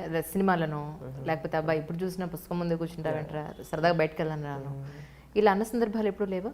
నేనే ఇంకెక్కువ సైడ్ ట్రాక్ చేస్తూ ఉంటాను. నేను సినిమాలను ఇంకా దేంట్లోనో నాకు సినిమాలను చూడడం అంటే చాలా ఇష్టం అండి. వారానికి ఒక్క సినిమా అయినా కంపల్సరీ చూసాను. మా ఫాదర్ తెలియదు, ఇప్పుడు ఇంటర్వ్యూ చూస్తే నన్ను కొడతానేమో రేపు తెలియదు. ఎప్పుడు చెప్పను అతనికి, చెప్తే అతను కంగారు పడతాడు. టెన్షన్ పార్టీ అనమాట. నేను ఏం చేస్తానో నాకు తెలుసు. సినిమా చూడడం వల్ల నాకు పోయేది ఏమీ లేదని నాకు తెలుసు. ఈ సినిమా చూడడం వల్ల నాకు సివిల్స్ రాదా అది పక్కన పెట్టండి. ఒక సినిమా చూస్తే పోయేది ఏమీ లేదు, జస్ట్ 2 hours నాకు ఎంటర్టైన్మెంట్ అని నాకు తెలుసు. కానీ నేను సినిమాని చూసే కోణం కూడా చాలా డిఫరెంట్గా ఉంటుందని నాకు తెలుసు అండి. ప్రతి సీన్ని నేను చాలా డిఫరెంట్గా చూస్తాను. ఎందుకంటే చదువుకొని వచ్చాను కదా, అదే సినిమాల్లో కూడా అప్లై చేస్తూ ఉంటాను. అది ఎంత లాజికల్గా ఉంది, ఏ బేసిస్ మీద ఉంది, ఆ కాన్సెప్ట్ నాకు ఎంత ఇంట్రెస్ట్ లాంటివి అనమాట. ఒక సినిమాలు చూడడం నాకు ఒక అలవాటు, చాలా ఎక్కువ చూసాను సినిమాలు. కానీ కొన్ని టైప్ ఆఫ్ సినిమాలు అంటేనే ఇష్టం. మళ్ళీ పిచ్చి పిచ్చి సినిమాలు, ఈ లవ్ కైండ్ ఆఫ్ సినిమాలు నాకు అసలు నచ్చు. నాట్ ఫర్ లవ్ అనమాట. I do not love anyone. ఈ లవ్ బ్యాక్గ్రౌండ్లో ఉన్న సినిమాలు ఏవి నాకు నచ్చు. ఒక kind of hard hitting realistic intense films అంటే నాకు చాలా ఇష్టం. అందుకే వర్మ గారు కూడా కనెక్ట్ అయిపోయారు నాకు. అండ్ అట్లా అనమాట. సినిమాలు చూడడం ఒకటి నాకు హ్యాబిట్ అండి. ఇప్పుడు ఈ మధ్యన ఒక కొత్త హ్యాబిట్ ఉంది. ఎక్కువ తినడం కొత్త హ్యాబిట్ అయిందనమాట. ఫుడ్ మీద కొంచెం ఇంట్రెస్ట్ ఎక్కువ వచ్చింది. సినిమాలు, food, other than reading. These 2 are my some other interests. జనరల్గా పెద్దవాళ్ళు ఏం చెప్తుంటారంటే, తెల్లారగట్ల ఎవరా బుర్రకు బాగా ఎక్కుతుంది, ఏంటి అర్ధరాత్రి చదవాలంటే అనవసరంగా కళ్ళు స్ట్రెయిన్ అయిపోతాయి, తెల్లారగట్ట చదివితే ఒంటికి కూడా మంచిది, ఎర్లీగా పడుకుని ఎర్లీగా లేవండి అని చెప్తుంటారు. సో మీ విషయంలో మీరు ఏం చేశారు? ఫస్ట్ ఆఫ్ ఆల్ మీరు చెప్పిన పెద్దలు ఎవరో నాకు తెలియదండి. ఎందుకంటే వాళ్ళకి సైన్స్ తెలియదేమో. నేను చాలా రీసెర్చ్ చేసి చెప్తున్నాను. ఇది ఏంటంటే నైట్ చదివితే ఇంకా ఎక్కువ గుర్తుంటుంది మార్నింగ్ అంటే. నిజంగా nocturnal people are more intelligent. ఎందుకంటే వాళ్ళు ఎక్కువ చదువుతారు కాబట్టి. ఇది సైన్స్ చెప్తుంది, రీసెర్చ్ చెప్తుంది. పొద్దున్న చదివిన దానికంటే రాత్రి చదివితే ఇంకెక్కువ ఉంటుంది. ఇంకా అడ్వాంటేజ్ ఏంటంటే రాత్రి అందరూ పడుకుంటారు, మిమ్మల్ని డిస్టర్బ్ చేయడానికి ఎవరు ఉండరు. సో చదువుకోవడానికి ఇంకా ఎక్కువ స్కోప్ ఉంటుంది. మార్నింగ్ అయితే గై అని అన్ని గోల్ చేస్తూ ఉంటారు. సో చదువుకోవడానికి చాలా ఇబ్బంది అవుతుంది, రోడ్ల మీద వెహికల్స్ కానీ ఇంకేదైనా కానీ. నైట్ చాలా పీస్ఫుల్గా ఉంటుంది. అనుకున్నవాడు, ఇంట్రెస్ట్ ఉన్నవాడు నైట్ చదవడం బెటర్ అని నా ఫీలింగ్. కానీ నా దాకా వస్తే మాత్రం నేనైతే మార్నింగే చదివేవాడిని. నైట్ 11 అట్లా పడుకునేవాడిని. And morning I use to wake up around 4-5 ఆ టైంకి లేసేవాడిని. And I use to start my preparation. సరిపోయిందా 3-4 hours స్లీప్? సరిపోయిందండి. అప్పుడు ఇంకేమీ గుర్తు రాలేదు నాకు. ఎందుకంటే first I want to finish the syllabus finish చేశాక you can go wherever you want to and you can do whatever you want to అని నాకు అనిపించేది. So first I want to finish the syllabus. ఆ syllabus finish చేసే క్రమంలో నేను ఒక 2-3 hours పడుకున్న రోజులు కూడా ఉన్నాయి ఒక రోజుకి. సో నేను చెప్పను నేను 18 hours చదువుతున్నాను, 19 hours చదువుతున్నాను నేను చెప్పను. కానీ finish the syllabus as soon as possible. తర్వాత మిమ్మల్ని ఆపేవాడు ఉండడు. రోజు పేపర్ చదవచ్చు, కరెంట్ అఫైర్స్ వస్తూనే ఉంటే, సిలబస్ ఆల్రెడీ అయిపోయింది కాబట్టి స్టాటిక్ సిలబస్. సో మీరు క్రాక్ చేసే స్కోప్ ఎక్కువ ఉంటుంది. నేను అదే అడ్వైజ్ చేస్తాను కొత్తగా వచ్చే వాళ్ళకి. సిలబస్ వీలైనంత త్వరగా కంప్లీట్ చేయండి. కొన్ని స్టాండర్డ్ బుక్స్ ఉంటాయి, ఆ బుక్స్ కంప్లీట్ చేసేయండి. So you will be relieved. చాలా ఫ్రీగా ఉండొచ్చు కదా. యూపీఎస్సీ ప్రిపరేషన్ అంటే రోజుకి 18 hours 19 hours ప్రిపేర్ అవ్వాలని చాలామంది చెప్తా ఉంటారు. అన్ని అబద్ధాలే. సో ఏమనిపిస్తుంది ఎట్ ప్రెజెంట్? అంటే వన్స్ మీరు అనుకున్న, సరే ఇప్పుడు గ్రేడ్ సంగతి, నెంబర్ సంగతి తీసి పక్కన పెడితే, వన్స్ మీరు అనుకునే ఐపీఎస్ కనుక వస్తే, ఫస్ట్ టైం యూనిఫామ్ వేసుకున్న తర్వాత, ఆల్రెడీ మీరు యూనిఫామ్ వేసుకున్నట్టు కూడా యూట్యూబ్లో కొన్ని ఫోటోలు వచ్చాయి, మీకు తెలుసో తెలీదు, మీరు వేసుకున్నారో లేదో నాకు తెలియదు, కానీ యూనిఫామ్ వేసుకున్నట్టు కూడా యూట్యూబ్లో వచ్చేసాయి. సో ఒక్కసారి ఊహించుకుని, అంటే ఫస్ట్ మీరు చేయబోయేది ఏం చేయాలనుకున్నారు? ఒక్కొక్కళ్ళు ఒక్కొక్కటి చెప్తున్నారు. సో జనరల్గా మీ ఉద్దేశ ప్రకారం ఏం చేయాలనుకుంటున్నారు? ఇప్పుడు ఫస్ట్ ఆఫ్ ఆల్ ఒక టాప్లో ఉండేవాడు ఎప్పుడైనా అండి ఒక టీమ్ లీడ్ చేయాలంటే he has to take care of the bottom most people. ఎందుకంటే నేను ఎప్పుడు నమ్ముతానంటే లీడర్ అనేవాడు చాలా బాటమ్ మోస్ట్ పీపుల్ని వాళ్ళు కంట్రోల్ చేయగలిగితేనే అతను లీడర్ అవుతాడని నాకు అనిపిస్తుంది. వాళ్ళని వదిలేసి ఇతను ఒక్కడే టీం లీడ్ చేయలేడు. ఇప్పుడు యాజ్ అన్ ఐపీఎస్ ఆఫీసర్ రేపు నేను అయితే ఏమవుతుందంటే, నేను ఎప్పుడు రోడ్ మీదకి వెళ్ళి పని చేయను, చెప్తా ఉంటా ఇట్లా పని చేయాలి, అట్లా పని చేయాలి. That is what an IPS officer does. అతను ఎప్పుడు బయట కనిపించదు కదా మనకి, ఏ ఎస్పీ కనిపించాడు, ఏ ఐపీఎస్ ఆఫీసర్ కనిపించాడు, అతను ఎక్కడో ఏసీ రూమ్లో కూర్చొని ఉంటారు. కానీ పని మొత్తం వాళ్ళు చేస్తుంటారు, ఆర్డర్స్ ఇవ్వడం కానీ ఇంకేదైనా కానీ. So they make sure that the mental state is very good. వాళ్ళు మంచి ఆర్డర్స్ ఇచ్చి కింద వాళ్ళని పని చేసేలాగా చేస్తూ ఉంటారు. సో నేను అంటే మా ఫాదర్ చెప్తా ఉండేవాడు, నేను చూసింది ఏంటంటే చాలామంది పై ఆఫీసర్స్కి అసలు కింద ఎవరు ఉన్నారో కూడా తెలియదు. వాళ్ళు అసలు పట్టించుకోరు. మీరు జస్ట్ చెప్తున్నానండి, లెస్ ఇమాజిన్ ఒక ఐపీఎస్ ఆఫీసర్ వచ్చి ఒక కానిస్టేబుల్ తోటి ఒక్కొక్క 5 నిమిషాలు చాలా బాగా మాట్లాడితే అతని ఫీలింగ్ ఎట్లా ఉంటుందో అర్థం చేసుకోండి. ఒక కానిస్టేబుల్ ఫీలింగ్, అతను ఆ రోజు మొత్తం కాల్ రైవేసుకుంటా పనిచేస్తాడు. So that is required. ఎందుకంటే సొసైటీ పీస్ఫుల్గా ఉండాలంటే పోలీస్ రోల్ చాలా ఉంటుంది కదా. లా అండ్ ఆర్డర్ ప్రాపర్గా లేనప్పుడు ఏ డెవలప్మెంట్ వస్తుందండి సొసైటీలో? మీకు ఆ క్రైమ్ అనేది ఇంకేదైనా కానీ అవి తక్కువనప్పుడే కదా ఇన్వెస్ట్మెంట్ వచ్చేది, జాబ్స్ జనరేట్ అయ్యేది, ఇంకేదైనా కానీ. సో లా అండ్ ఆర్డర్ సేఫ్గా ఉండాలనేది నా ఉద్దేశం, ముఖ్య ఉద్దేశం. అది ఉండాలంటే లీడర్ అనేవాడు ఏం చేయాలంటే కింద వాళ్ళని టేక్ కేర్ చేయాలి. ఫస్ట్ ఆఫ్ ఆల్ అతను కూర్చొని ఏదో చేయడం కాకుండా he has to know each and every people, అక్కడ పర్సన్, అక్కడ ఉన్న వాళ్ళు కానీ ఇంకెవరు కానీ. ఫస్ట్ ఆఫ్ ఆల్ బాగా మాట్లాడితే సరిపోతుందండి, సగం ప్రాబ్లమ్స్ అక్కడే సాల్వ్ అవుతాయి. చాలా మంది మాట్లాడరు, ది అబ్యూజ్, పోలీస్ అబ్యూజ్ అంటారు ఇవన్నీ, వాళ్ళని ఇంటి పనులకు కానీ వాటికి వీటికి వాడుకుంటూ ఉంటారు. I do not indulge in that, I'm strictly against it. And రేపు నేనేం చేయబోతున్నానంటే సొసైటీని పీస్ఫుల్గా చూడాలని అనుకుంటున్నాను. దానికి కావాల్సిన పనులు ఏంటంటే, ముందు you just make sure that you're, అంటే ఇప్పుడు మీ కింద స్థాయి వాళ్ళని బాగా పనిచేసేలాగా చేయడం మీ బాధ్యత పైన కూర్చున్నప్పుడు. అది చేయడానికి మీరు ఏం చేస్తారనేది ఇంకా వాళ్ళకి వదిలేస్తాను. అండ్ నేనేం చేస్తానంటే జస్ట్ బాగా మాట్లాడితే చాలని నా ఫీలింగ్. ఫస్ట్ ఆఫ్ ఆల్ బాగా మాట్లాడాలి, అండ్ యూనో ప్యూర్లీ లాజికల్ బేస్లో వెళ్ళాలి, ఎమోషనల్ కూడా కాకుండా, ఇర్రేషనల్ డెసిషన్స్ తీసుకోకుండా ప్యూర్లీ లాజికల్గా వెళ్తే I think society will get better. Okay, sports ఆడుతుంటారా? క్రికెట్ ఒకటే ఆడుతూ ఉంటానండి, మానేశాను లాస్ట్ 2-3 years. ఎందుకంటే ఈ ప్రిపరేషన్లో పడి ఏమీ తెలియలేదు, క్రికెట్ బ్యాట్ కూడా పట్టుకోలేదు, చాలా రోజులు అయిపోయింది. చూస్తూ ఉంటా ఫ్రీక్వెంట్గా, చూడడం అంటే ఇంట్రెస్ట్, ఆడడం ఐ థింక్ ఇప్పుడు ఇంకా పాసిబుల్ అవ్వదని అనుకుంటున్నాను. యా, ఆ రూమ్లో కూర్చోడానికి ఇష్టపడతా ఎక్కువ, నేను ఒక్కడనే కూర్చుంటా, నాకు ఒక్కడ ఉండడం చాలా ఇష్టం. ఒక ల్యాప్టాప్, ఒక పెన్ను, పేపరు, ఇంకా వేరు కోణాల్లో రీసెర్చ్ చేస్తూ ఉంటాను, వేరు ఆర్టికల్స్ అని చదువుతూ ఉంటాను, నాకు ఇష్టమైన వైల్డ్ లైఫ్ వీడియోస్ చూస్తూ ఉంటాను. ఇంకోటి ఏంటంటే పెద్ద పీపుల్ ఉంటారు కదా, జయప్రకాష్ నారాయణ, రామచంద్ర గుహ, శివశంకర్ మీనన్ లాంటి పెద్ద పీపుల్ సెమినార్స్ ఇస్తూ ఉంటారు కదా, అవి చూస్తూ ఉంటాను అనమాట నేను బాగా ఎక్కువ. అవి చూసినప్పుడు నాకు డిఫరెంట్గా అర్థమవుతూ ఉంటుంది, వీళ్ళు ఎట్లా ఆలోచిస్తారు పెద్ద వాళ్ళని. అవి చూసినప్పుడు నేను ఎట్లా అప్లై చేయాలి వీటిని, నేను ఆఫీసర్ అయితే అని అనిపిస్తూ ఉంటుంది. So these kind of work I do on laptop mostly. జనరల్గా నెట్, ల్యాప్టాప్ లేదా ఫోన్ ఉంటే మీ ఏజ్ వాళ్ళందరూ కూడా the most of the time యూట్యూబ్లోనో, ఫేస్బుక్లోనో, ట్విట్టర్లోనో 90% వేస్ట్ చేసే మనుషులే ఎక్కువ ఉన్నారు. సో వాళ్ళందరికీ మీరేం చెప్తారు? అంటే వాళ్ళందరికీ ఏం చెప్తానంటే, వాళ్ళ ఎయిమ్ ఒకటి ఉందనుకోండి, ఇప్పుడు సపోజ్ ఇప్పుడు వాళ్ళు ఏదో ఏం పెట్టుకున్నారు, దానికి అచీవ్ చేయాలంటే వాళ్ళు ఒక ఫోకస్తో వెళ్ళాలి ముందుకి. ఇప్పుడు సివిల్ సర్వీస్ అనుకోండి, so we can be active on social media etcetera, ఎందుకంటే అవి ఖరాబ్ చేయడానికి ఎక్కువ ఛాన్స్ ఉంటుంది, మనల్ని ఫోకస్ నుంచి డైవర్ట్ చేయడానికి ఎక్కువ ఛాన్స్ ఉంటుంది కదా. So we're keeping them away, మేము అట్లీస్ట్ సివిల్ సర్వెంట్స్ అనేవాళ్ళు ఒక 1 year 1.5 years స్పాన్లో. కానీ ఇంకొక ఉంటాడు, అతను ఏం డిఫరెంట్గా ఉంటుంది, ఇంత ఫోకస్ అవసరం లేదు తనకి. He can be on social media also, he can chat with friends etcetera. అది చేస్తూ కూడా తన గోల్ని అచీవ్ చేయొచ్చు, ఎందుకంటే తన గోల్ చాలా చిన్నది. సో ఒక్కొక్క పర్సన్కి ఒక్కొక్క గోల్ ఉంటుంది, వాళ్ళ గోల్కి అనుగుణంగా మీరు ఎంతసేపు సోషల్ మీడియాలో ఉండాలో మీరే డిసైడ్ చేయాలి. ఇప్పుడు నా goal civil services, so I can't be active on social media every time. చాట్లు కానీ ఇవన్నీ నాకు నచ్చవు, so I kept them away, నేను దీనికే ఫోకస్ చేశాను. ఇంకొక పర్సన్కి ఇంకో గోల్ ఉంటుంది, చిన్నది అవ్వచ్చు, అతను ఆ గోల్ని అచీవ్ చేస్తూ కూడా వీటితో మేనేజ్ చేయగలిగితే మేనేజ్ చేయొచ్చు, పర్లేదు, ఐ హ్యావ్ నో ప్రాబ్లం. నేను అదే చెప్తున్నాను, ఫస్ట్ మీ గోల్ ఏంటి, దానికి కావాల్సిన వర్క్ ఏంటి, అది మీరు ప్రాపర్గా మీకు ఒక క్లారిటీ అనేది ఉంటే యూ కెన్ గో అహెడ్. మీరు యూజ్ చేస్తా చేయొచ్చు, యూజ్ చేయకుండా చేయొచ్చు. I know many people who are active on social media but very intelligent. So అది వాళ్ళ మైండ్ సెట్ మీద డిపెండ్ అయి ఉంటుంది, వాళ్ళు ఎంత వర్క్ చేస్తున్నారు, వాళ్ళ బ్రెయిన్ ఎంత ఫాస్ట్గా మూవ్ అవుతుంది, ఇవన్నీ కంట్రోల్ ఇవన్నీ మేనేజ్ చేస్తా కూడా వాళ్ళు ఇంకా వాళ్ళ గోల్ వైపు వెళ్ళగలుగుతున్నారంటే they are very great. So yeah, అంటే ఎంతోమంది చెప్పింది ఏంటి అని అంటే, కొత్తగా సివిల్ సర్వీసెస్లోకి వచ్చేవాళ్ళు ప్రీవియస్ అంతకుముందు సీనియర్స్ ఐఏఎస్ అయితే మిగిలిన ఐఏఎస్ల గురించి తెలుసుకోవడం, లేదంటే ఐపీఎస్ అయితే ప్రీవియస్ ఎవరెవరు ఐపీఎస్లు అయి ఉన్నారు, వాళ్ళు ఎలా ఎంటర్ అయ్యారు, ఎలా ఉంది వాళ్ళ లైఫ్ ప్యాటర్న్, ఎలా ఉంటుంది ఏమన్నా తెలుసుకున్నారా? యాక్చువల్లీ నాకు కొంతమంది ఇన్స్పైర్ చేశానండి ఆఫీసర్స్. మా ఫాదర్ వాళ్ళ కింద పనిచేసాడు కొంతమంది కింద. ఉమేష్ చంద్ర సార్ అని ఉండేవాళ్ళు, ఎస్ఆర్ నగర్లో చంపేశారు, నక్సల్స్ చంపేశారు. ఆ సార్ అవ్వచ్చు, స్టీఫెన్ రవీంద్ర సార్ అవ్వచ్చు, ఇప్పుడు ఐపీఎస్, ఆ సార్ కింద కూడా మా ఫాదర్ పనిచేశారు. And another person called KS Vyas, మన గ్రేహౌండ్స్ రావడానికి రీజన్ అతను కూడా చంపేశారు. సో ఈ కైండ్ ఆఫ్ పర్సన్స్ నేను స్టడీ చేసేవాడిని. అంటే నాకు అర్థమైంది ఏంటంటే they gave more leeway to the constables. నేను ఇప్పుడు చెప్పిందే వాళ్ళు చెప్పిందే నేను అప్లై చేయబోతున్నాను next.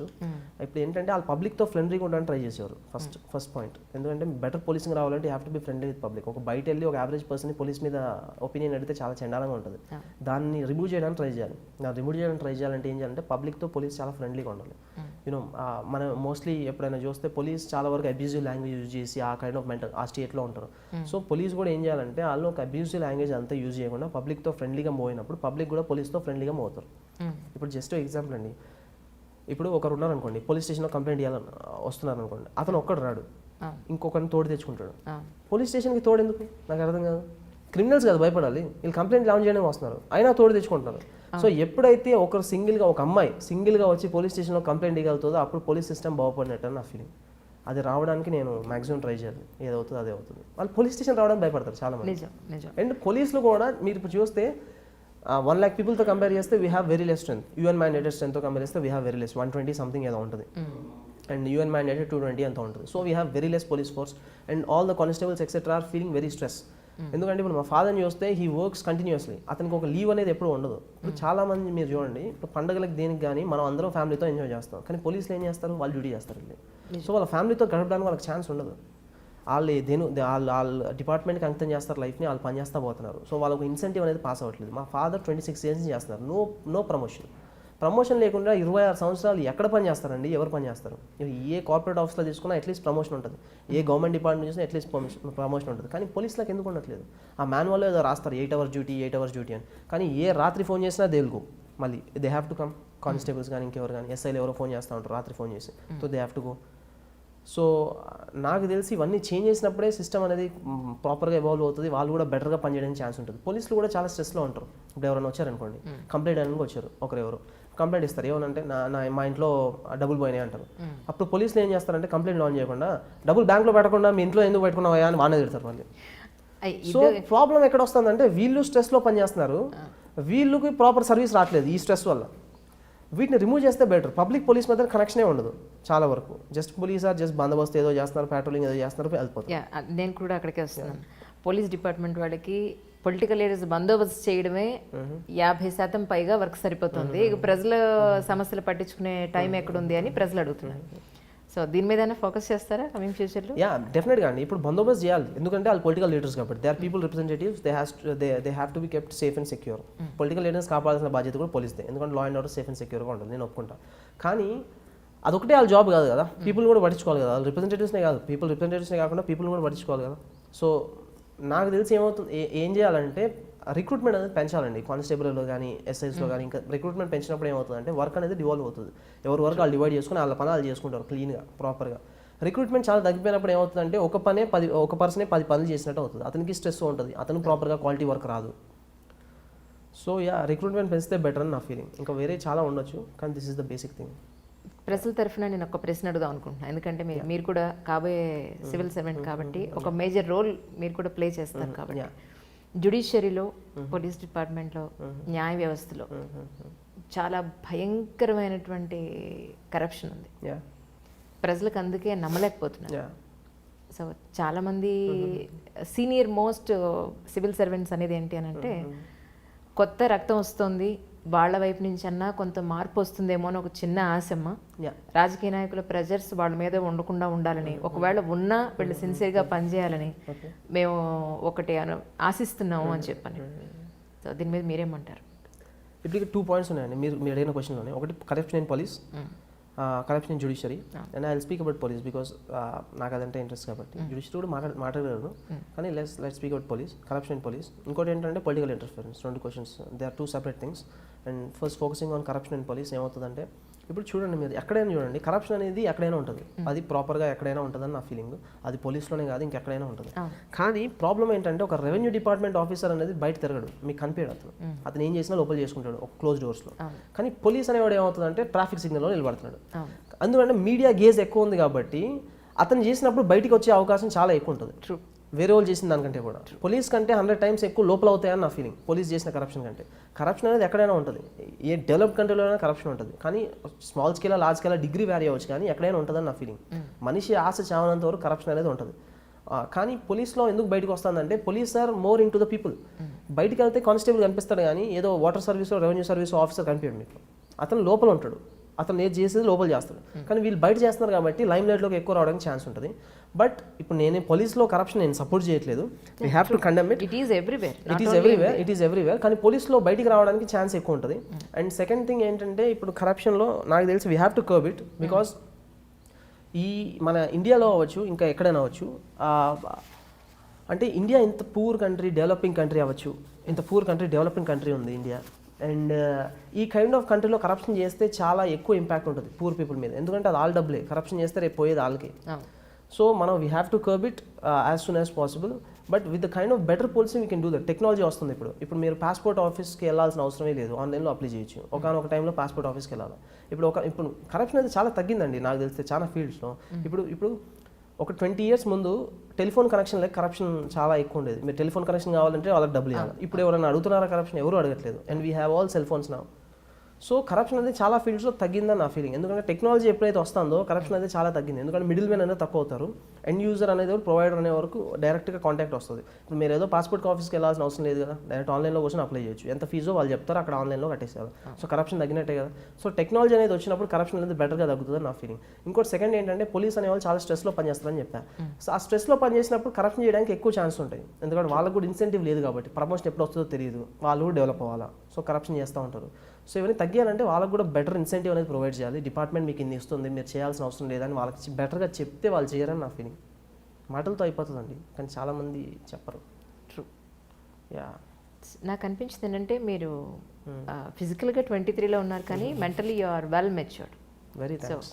Really thank you. I'm really so proud of you about it.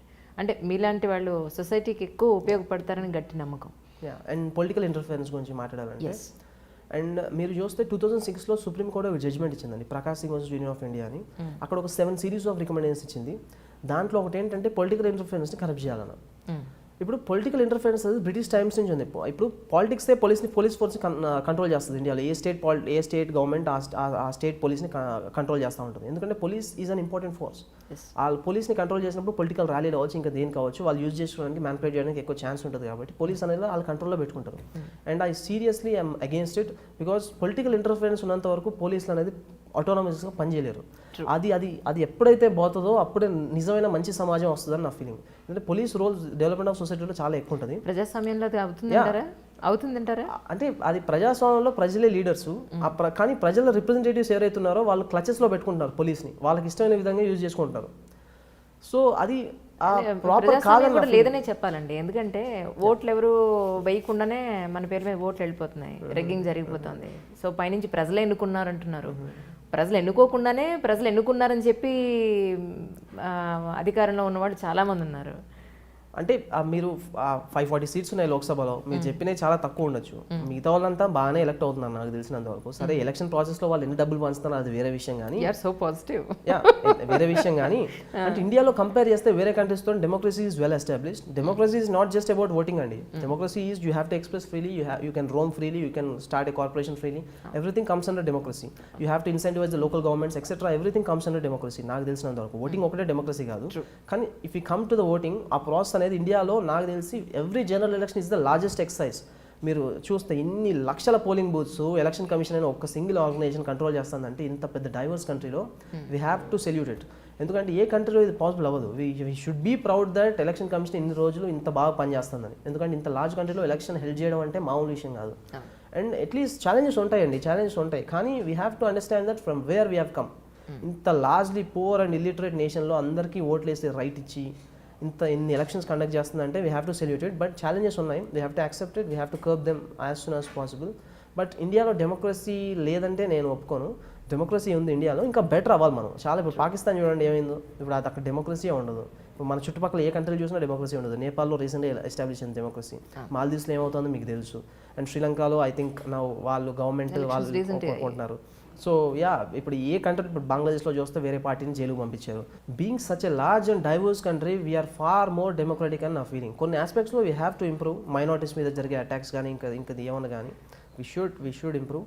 But now we are a settled nation, 70 years old now. we are progressing nation. Yeah, we can go much ahead. Bright civil servants వస్తున్నారు పనిచేయడానికి దేశానికి. So I hope India ఇంకా better place అవుతుంది ముందు అని. But కొన్ని equations అన్ని set చేయాలి. And I think commitment is needed అండి. ఆఫీసర్స్ దగ్గర ఫస్ట్ కమిట్మెంట్ ఉండాలి. వాళ్ళు కమిట్మెంట్ లేకుండా ఏ పని చేయలేరు. నేనే ఎంతసేపు నా ఫ్యామిలీయే నేనే డెవలప్ అవ్వాలి, నా ఫ్యామిలీయే డెవలప్ అవ్వాలి, మా ఫ్యామిలీ వాళ్ళ చుట్టుపక్కల వాళ్ళే డెవలప్ అవ్వాలనుకుంటే పని అవ్వదు. అట్లాంటప్పుడు మీకు ఈ సర్వీస్ కరెక్ట్ కాదు. మీ అంటే ఏ హీరో అంటే మీకు బాగా ఇష్టం? అంటే సినిమాకి మారుతూ ఉంటారండి. By Arjun Reddy, Vijay Deverakonda. Okay, seeing his performance. Next flop తీసే వరకు హీఈస్ మై ఫేవరెట్. మళ్ళీ ఒక ఫ్లాప్ తీస్తే పోతుంది. సో యా, సినిమాకి మారుతూ ఉంటుంది. I was a fan of Pawan Kalyan during my childhood etcetera. But now అతను పిచ్చి సినిమాలు తీసేటప్పటికి అది పోయింది. అండ్ పోకిరి బిజినెస్ మ్యాన్ చూసినప్పుడు మహేష్ అంటే చాలా ఇష్టం అనిపించేది. సో సినిమాకి అది మారుతూ ఉంటుంది. ఓకే, మిమ్మల్ని ఒకటి రెండు క్వశ్చన్స్ ఉన్నాయండి. Which is most important. అంటే మీ మైండ్ మెచ్యూరిటీ చూసిన తర్వాత నాకు అడగాలనిపించింది. ఒంటరిగా ఉండడం గురించి కానీ సమాజం మీద ఇంత అవేర్నెస్ ఉండడం కానీ ప్రతి సమస్య మీద మీకు ఉన్న అవగాహన కానీ అసలు పెళ్లి చేసుకుంటారని డౌట్ వస్తుంది నాకు. యా అంటే మీకు ఎవరో చెప్పినట్టు అడుగుతున్నారు మీ క్వశ్చన్. చాలాసార్లు నాకు ఈ క్వశ్చన్ వచ్చిందండి, బట్ ఇప్పుడు దాకా అయితే నాకు ఆ ఆలోచన అయితే లేదు. ఇప్పుడు ఫస్ట్ ఆఫ్ ఆల్ నేను పెళ్ళి అంటే ఏంటి నేను ఎక్స్ప్లెయిన్ చేయాలి. అంటే పెళ్ళి అంటే నాకు ఎట్లా అర్థం అవుతుందంటే పెళ్ళి అంటే ఇద్దరు వ్యక్తులు కలిసి ఉండడానికి సొసైటీ ఇచ్చే పర్మిషన్నే పెళ్ళిగా చూస్తాను నేను. ట్రూ. యా, సొసైటీ ఒక పర్మిషన్ ఇవ్వాలి ఇద్దరు వ్యక్తులు కలిసి ఉండాలంటే, దాన్ని పెళ్ళని నేను చూస్తాను. సో నేను ఇంకొకరితో కలిసి ఉండడానికి నాకు ఇంకొక ఎవరు పర్మిషన్ ఇవ్వాల్సిన అవసరం లేదని నాకు అనిపిస్తూ ఉంటుంది. So marriage concept it self is involved అని అనిపిస్తూ ఉంటుంది. కానీ రేపు పొద్దున నాకు ఇంట్రెస్ట్ రావచ్చేమో మ్యారేజ్లో, నాకు తెలియదు. బట్ లెట్స్ ఇప్పటిదాకైతే ఎలాంటి ఇంట్రెస్ట్ లేదండి, ఏ అమ్మాయి మీద క్రష్ లేదు, అసలు అమ్మాయిల జోలికి వెళ్ళేవాడిని కాదు. I think Balalatha was the first girl నేను మాట్లాడింది. మా మదరు మా ఇంట్లో ఉన్న వాళ్ళ తర్వాత Balalatha ma'am was the first girl నేను అంతసేపు మాట్లాడిన అమ్మాయి. నేను ఎప్పుడు అసలు నమ్మలేకపోతున్నాను. ఇప్పుడు నేను ఇది మీడియా ముందు చెప్తున్నాను, మా ఫ్రెండ్స్ కూడా చాలా మంది చూస్తున్నారు కదా, సో వాళ్ళ ముందు ఇంత ధైర్యంగా చెప్తున్నాను అంటే దిస్ ఇస్ ట్రూ. ఓకే, నేను అబద్ధాలు ఆడట్లేదు. యా, అంటే మీ ఉద్దేశ ప్రకారం ప్రస్తుతానికి మన దేశంలో ఉన్న సమస్యలు ఏంటి? మన దేశంలో ఉన్న సమస్యలు అంటే అండి చాలా కోణాల్లో మీకు సమస్యలు అనేది కనపడుతూ ఉంటుందండి. ఇప్పుడు హెల్త్ అవ్వచ్చు, ఎడ్యుకేషన్ అవ్వచ్చు, ఇలాంటి సోషల్ సెక్టర్ ఇన్ఫ్రాస్ట్రక్చర్ డెవలప్ చేయకపోతే మీకు డెవలప్మెంట్ అనేది చాలా తక్కువ వస్తుంది. మనుషులను వదిలేసి వేరే వాటిని డెవలప్ చేస్తే ఏమొస్తుంది? ఫస్ట్ హెల్త్ ఎడ్యుకేషన్ ప్రాపర్గా మనుషులకు ఇస్తే నాకు తెలిసి బెటర్గా డెవలప్మెంట్ అనేది పాసిబుల్ అవుతుంది. ఎందుకంటే human resources usage is the best usage. వాళ్ళని హ్యూమన్స్ని యూజ్ చేయాలి కదా ఫస్ట్. ఇన్ని కోట్ల మంది జనాభా ఉన్నారండి. ఇప్పుడు youth 65% of the India is less than 35 years of age. Huge demographic dividend అని మాట్లాడుతున్నాం. కానీ దాన్ని యూజ్ చేసుకోకపోతే దానికి మీనింగ్ ఏంటి? అంత పెద్ద యూత్.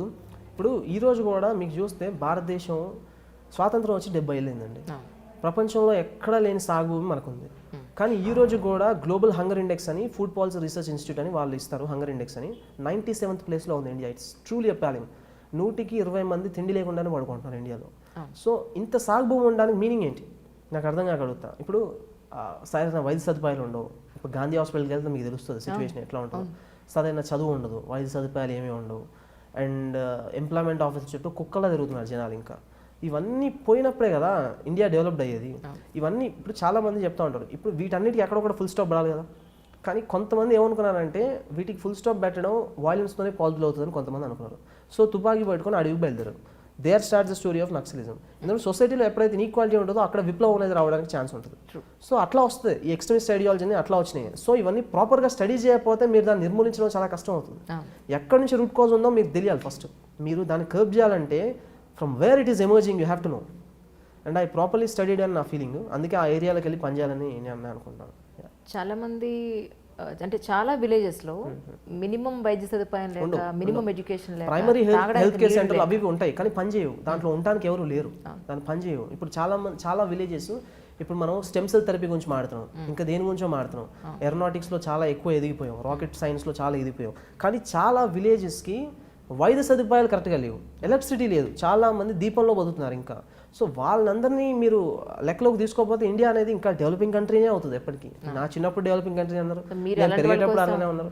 అలాంటి వాళ్ళ కోసం మీరు ఏమైనా చేద్దాం అనుకుంటున్నారా? నేను వీలైనంత పాసిబుల్ నేను చేయగలను నా ఫీలింగ్ అండి. నా డ్రీమ్ ఐపీఎస్, బట్ నా ఆలోచనలన్నీ ఐఏఎస్కి ఎక్కువ సూట్ అవుతామని చాలా మంది చెప్తూ ఉంటారు. నా ఐఏఎస్ అయితే డైవర్స్గా ఉంటుంది, నువ్వు ఎక్కువ హెల్ప్ చేయొచ్చు పీపుల్ కానీ. బట్ చిన్నప్పటి నుంచి యూనిఫామ్ అంటే నాకు చాలా ఇష్టం. ఈ యూనిఫామ్లో ఉంటే ఏమైనా చేయాలంటే డెఫినెట్లీ ఐల్ బి దేర్ అండి. But safe and secure law and order is my primary agenda. And one thing is that safety of women అనేది నేను చిన్నప్పటి నుంచి కలగన్నది. ఎందుకంటే 50% of India is women. So వాళ్ళని మీరు ప్రాపర్ సేఫ్టీ ప్రొవైడ్ చేయకపోతే India cannot be a develop nation at any point of time. Super power గురించి మాట్లాడుతున్నాం, let leave super power. You have to be a develop state first, take care of your own women. ఈ రోజు కూడా గంటకో rape జరుగుతుంది ఇండియాలో. First of all rape జరిగినప్పుడు ప్రాపర్గా మీరు అది కర్బ్ చేయాలంటే, ఇప్పుడు రేప్ ఒకటి జరుగుతుందండి. ఇప్పుడు ఆసిఫా రేప్ అవ్వచ్చు, మొన్న ఇంకేదో రేప్ అవ్వచ్చు, 2012లో నిర్భయ గ్యాంగ్ రేప్ అవ్వచ్చు. ఇప్పుడు ఏది జరిగినప్పుడు కూడా ఒక కైండ్ ఆఫ్ ఎన్రేజ్ వస్తుంది పీపుల్ లోపల. ప్లే కార్డులు పట్టుకొని వీ వాంట్ జస్టిస్ అని చెప్పి ఒక మీడియా కోసము లేకపోతే ఒక ప్రాపగండా కోసం. లేదు నిజంగా వాళ్ళు ఫీల్ అవుతారు చాలా మంది పీపుల్. వాళ్ళు ఫీల్ అయ్యి కాకపోతే వాళ్ళని ఉరిదీయాలి, ఇది చేయాలి, అది చేయాలని చేసిన దానికంటే కూడా అది చేసేది ఏమీ లేదని నా ఫీలింగ్. ఇప్పుడు వాళ్ళు ఉరిదీస్తారు, మళ్ళీ కొత్త రేపు వస్తుంది. అంటే ఎందుకు వస్తుంది కొత్త రేపు? ముందు స్టడీ చేయాలి. ప్రజల్లో భయం ఉంటేనే ప్రాపర్గా ఉంటారు అనేది ఒక చాలా చాలా మందిలో ఉండిపోయిన ఒక గట్టి నమ్మకం. అంటే అది కాదంటారా? ఇప్పుడు భయం అంటే నేను ఒక ఎగ్జాంపుల్ ఇస్తాను మీకు. ఇప్పుడు 2012లో రేప్ జరిగింది, నిర్భయ రేపు. అప్పుడు అంత సీన్ అయింది. ఇప్పుడు అంత గ్రూసమ్ రేప్ అయింది, హీనస్ ఎఫెక్ట్ క్రియేట్ చేశారు, అపాలింగ్ ఈవెంట్ అది. అప్పుడు అంత ప్లేకార్డులు పెట్టుకొని ఈ ముఖేష్ని వాళ్ళని వీళ్ళని చేసిన వాళ్ళని ఉదయాలు అవి ఇవి చేశారు. కరెక్ట్గా within 3 to 4 months I think so, time frame నాకు ఐడియా లేదు. బాంబే సెంటర్లో శక్తి మిల్స్ అని ఒక రేప్లో జరిగింది. శక్తి మిల్స్లో ఒక రేప్ జరిగింది, గ్రూసమ్ రేప్. అది లైమ్ లైట్లోకి అంత రాలేదు, ఇది వచ్చినంత. అంటే చేసిన వాడికి తెలియదా? రేప్ చేసిన వాడికి నిర్భయ ఇన్సిడెంట్ అయింది, వాళ్ళు అంత చేస్తున్నారు, మమ్మల్ని కూడా ఇట్లా చేస్తారని వాడికి తెలియదా? వాడికి తెలుసు కదా, వాడు కూడా న్యూస్ ఫాలో అవుతూనే ఉంటాడు కదా, అయినా రేప్ చేశాడు. ఎందుకు చేశాడంటే అది person to person mindset vary అవుతూ ఉంటుంది. మీరు భయపెట్టినంత మాత్రం నెక్స్ట్ రేప్ ఆగదు, పనిష్మెంట్ ఇంక్రీజ్ చేసినంత మాత్రం నెక్స్ట్ రేప్ ఆగదు. మీరు రీసెర్చ్ చేస్తే తెలుస్తుంది, క్వాంటమ్ ఆఫ్ పనిష్మెంట్ ఇంక్రీజ్ చేసినంత మాత్రం క్రైమ్ తగ్గినట్టు ఎక్కడ లేదు. మీరు ఏం చేయాలంటే ఒక సోషియాలజికల్ స్టడీ చేయాలి, సోషియో ఎకనామికల్ స్టడీ. వాడిని తీసుకొచ్చి కూర్చోబెట్టి ప్యానల్ ఆఫ్ సైకియాట్రిస్ట్ మధ్యలో కూర్చోబెట్టి అసలు నువ్వు ఏంటి, ఎక్కడ పెరిగావు, ఎక్కడ పుట్టావు, మొదటిసారి అమ్మాయిని చూసినప్పుడు నీకు కలిగిన ఫీలింగ్ ఏంటి, నువ్వు రేప్ చేసే ముందు నీకు తెలియదా ఏమేమి లాస్ ఉన్నాయో, అంటే తెలిసి కూడా చేస్తున్నావా, దొరకనని చేసావా, దొరికితే తప్పించుకోవచ్చని చేసావా, అమ్మాయి మళ్ళీ బయటికి రాదు అనుకున్నావా, చేసి ఎందుకు చంపేసావు, ఇట్లాంటి క్వశ్చన్స్ అడిగి ఇవన్నీ నోట్ చేసుకొని ఇట్లాంటి రేప్ ఇంకోసారి జరగకుండా ఆపడానికి ఛాన్స్ ఉంటుంది. అంతేగాని వాడిని కొట్టి చంపేసిన మాత్రం ఏమీ జరగదు. హీఈస్ అన్ ఎవిడెన్స్, వాడిని ఏమీ చేసేది లేదు. He should be treated like a diseased person. వాడికి ఒక డిసీజ్ వచ్చింది, ఆ డిసీజ్డ్ పర్సన్ని చంపేయకూడదు మీరు. You have to see that, make sure that system fault అది, వాటిలో తయారవ్వడానికి సొసైటీ ఫాల్ట్ అది. సొసైటీ ఎంత కీ రోల్ ప్లే చేసింది అతను రేప్ చేయడానికి, ఇవన్నీ స్టడీ చేసినప్పుడు సిరీస్ ఆఫ్ ఈవెంట్స్ నుంచి స్టడీ చేసి ప్రాపర్గా ఎంపెరికల్ డేటా ఉన్నప్పుడు మీరు నెక్స్ట్ కర్బ్ చేయడానికి ఛాన్స్ ఉంటుంది. కానీ అన్ని కొట్టేసి చంపేసి అరిచేస్తే ఏమీ అవ్వదని నా ఫీలింగ్. సూపర్. యా దట్స్ ఒక 23 years అబ్బాయిని ఇంటర్వ్యూ చేస్తున్నట్లేదండి, ఒక సీనియర్ మోస్ట్ సైంటిస్ట్ ఇంటర్వ్యూ చేసినట్టుంది. Oh thank you, it's great complement.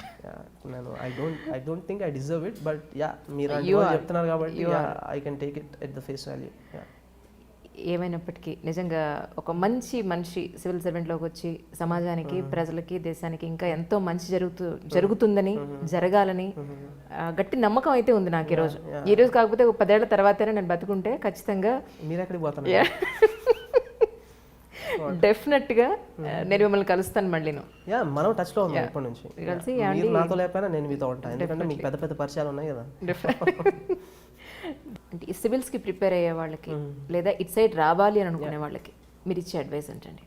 ఇప్పుడు నేను ఇచ్చే అడ్వైజ్ ఏంటంటే ఎవరు అడ్వైజులు తీసుకోవద్దని. ఎందుకంటే ఇప్పుడు ఇంటర్నెట్ వచ్చినప్పుడు ఏమవుతుందంటే మీకు బంచుకోదు ఇన్ఫర్మేషన్ అనేది వస్తుంది. సో ఏది చదవాలి ఏది చదవకూడదు తెలియట్లేదు. ప్రతి అడ్డమైనదో యూట్యూబ్కి ఎక్కి వీడియోలు పెట్టేస్తున్నాడు, అది కరెక్టో కాదో వాళ్ళకి తెలియదు, చూసే వాళ్ళకి కూడా తెలియదు. చాలామంది వీడియోలు ఉంటున్నాయి ఒక సబ్జెక్ట్ మీద, సో ఏది తీసుకోవాలో తెలియదు, టైం అంతా వేస్ట్. ఒక వీడియో చూస్తాం, అది బాగాలేదని తెలుసుకోవడానికి గంట సేపు పడుతుంది, గంట వేస్ట్ కదా. సో ఏది చదవాలో ఏది చదవకూడదో ప్రాపర్గా తెలియాలి. So I do not advise coaching centre is a must thing. ఈ కోచింగ్ సెంటర్ ఉండాలి, కోచింగ్కి వెళ్తేనే మ్యాండేటరీ వస్తుందని. But I advise that you need a guidance. మీకు ప్రాపర్ గైడెన్స్ కావాలా, ఏది చదవాలి ఏది చదవకూడదు మీకు ప్రాపర్గా తెలిసినప్పుడు ఒక 1 year టైం ఫ్రేమ్లో ఇది అవుతుంది, ఇది పాసిబుల్ అవుతుంది.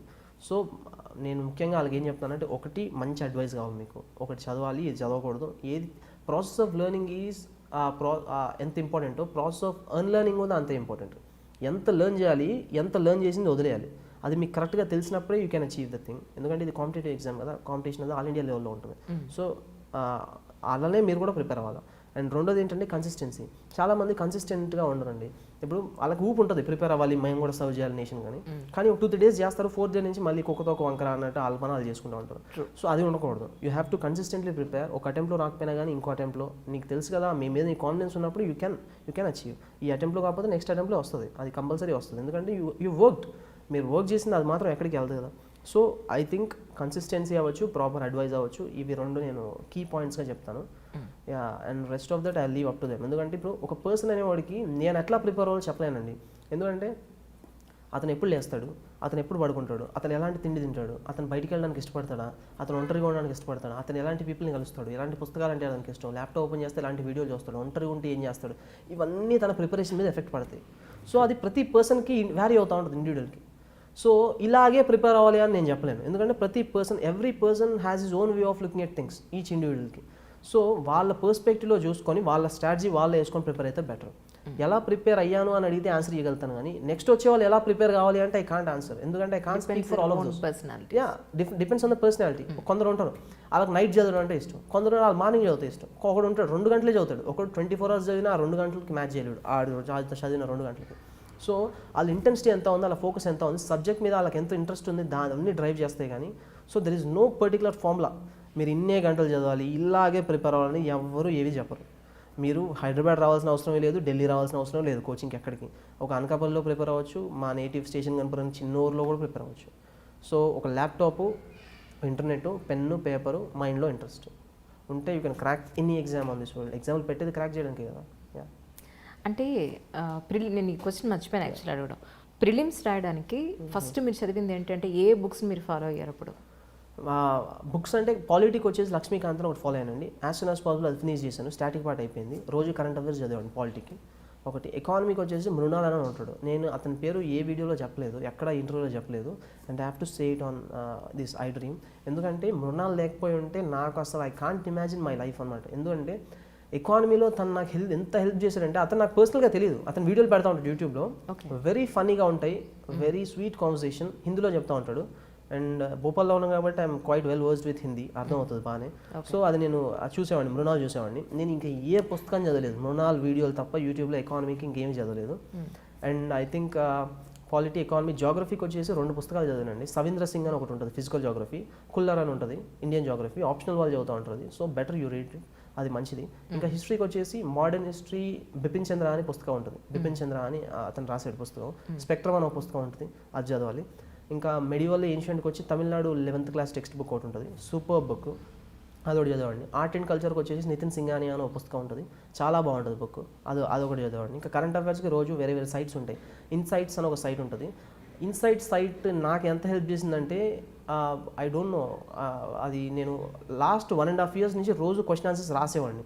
I'm a very good writer. ఫేస్బుక్లో కూడా పోస్ట్ పెడతా ఉండేవాడిని. సో నా లోపల ఇన్హరెంట్గా తెలియకుండా ఒక మంచి రైటర్ ఉన్నాడు అని నాకు అప్పుడే అర్థమైంది. రోజు క్వశ్చన్ ఆన్సర్స్ రాసేవాడిని. I have written around 50 to 60 hand books నేనే ప్రిపేర్ చేసి రాసుకున్నాను.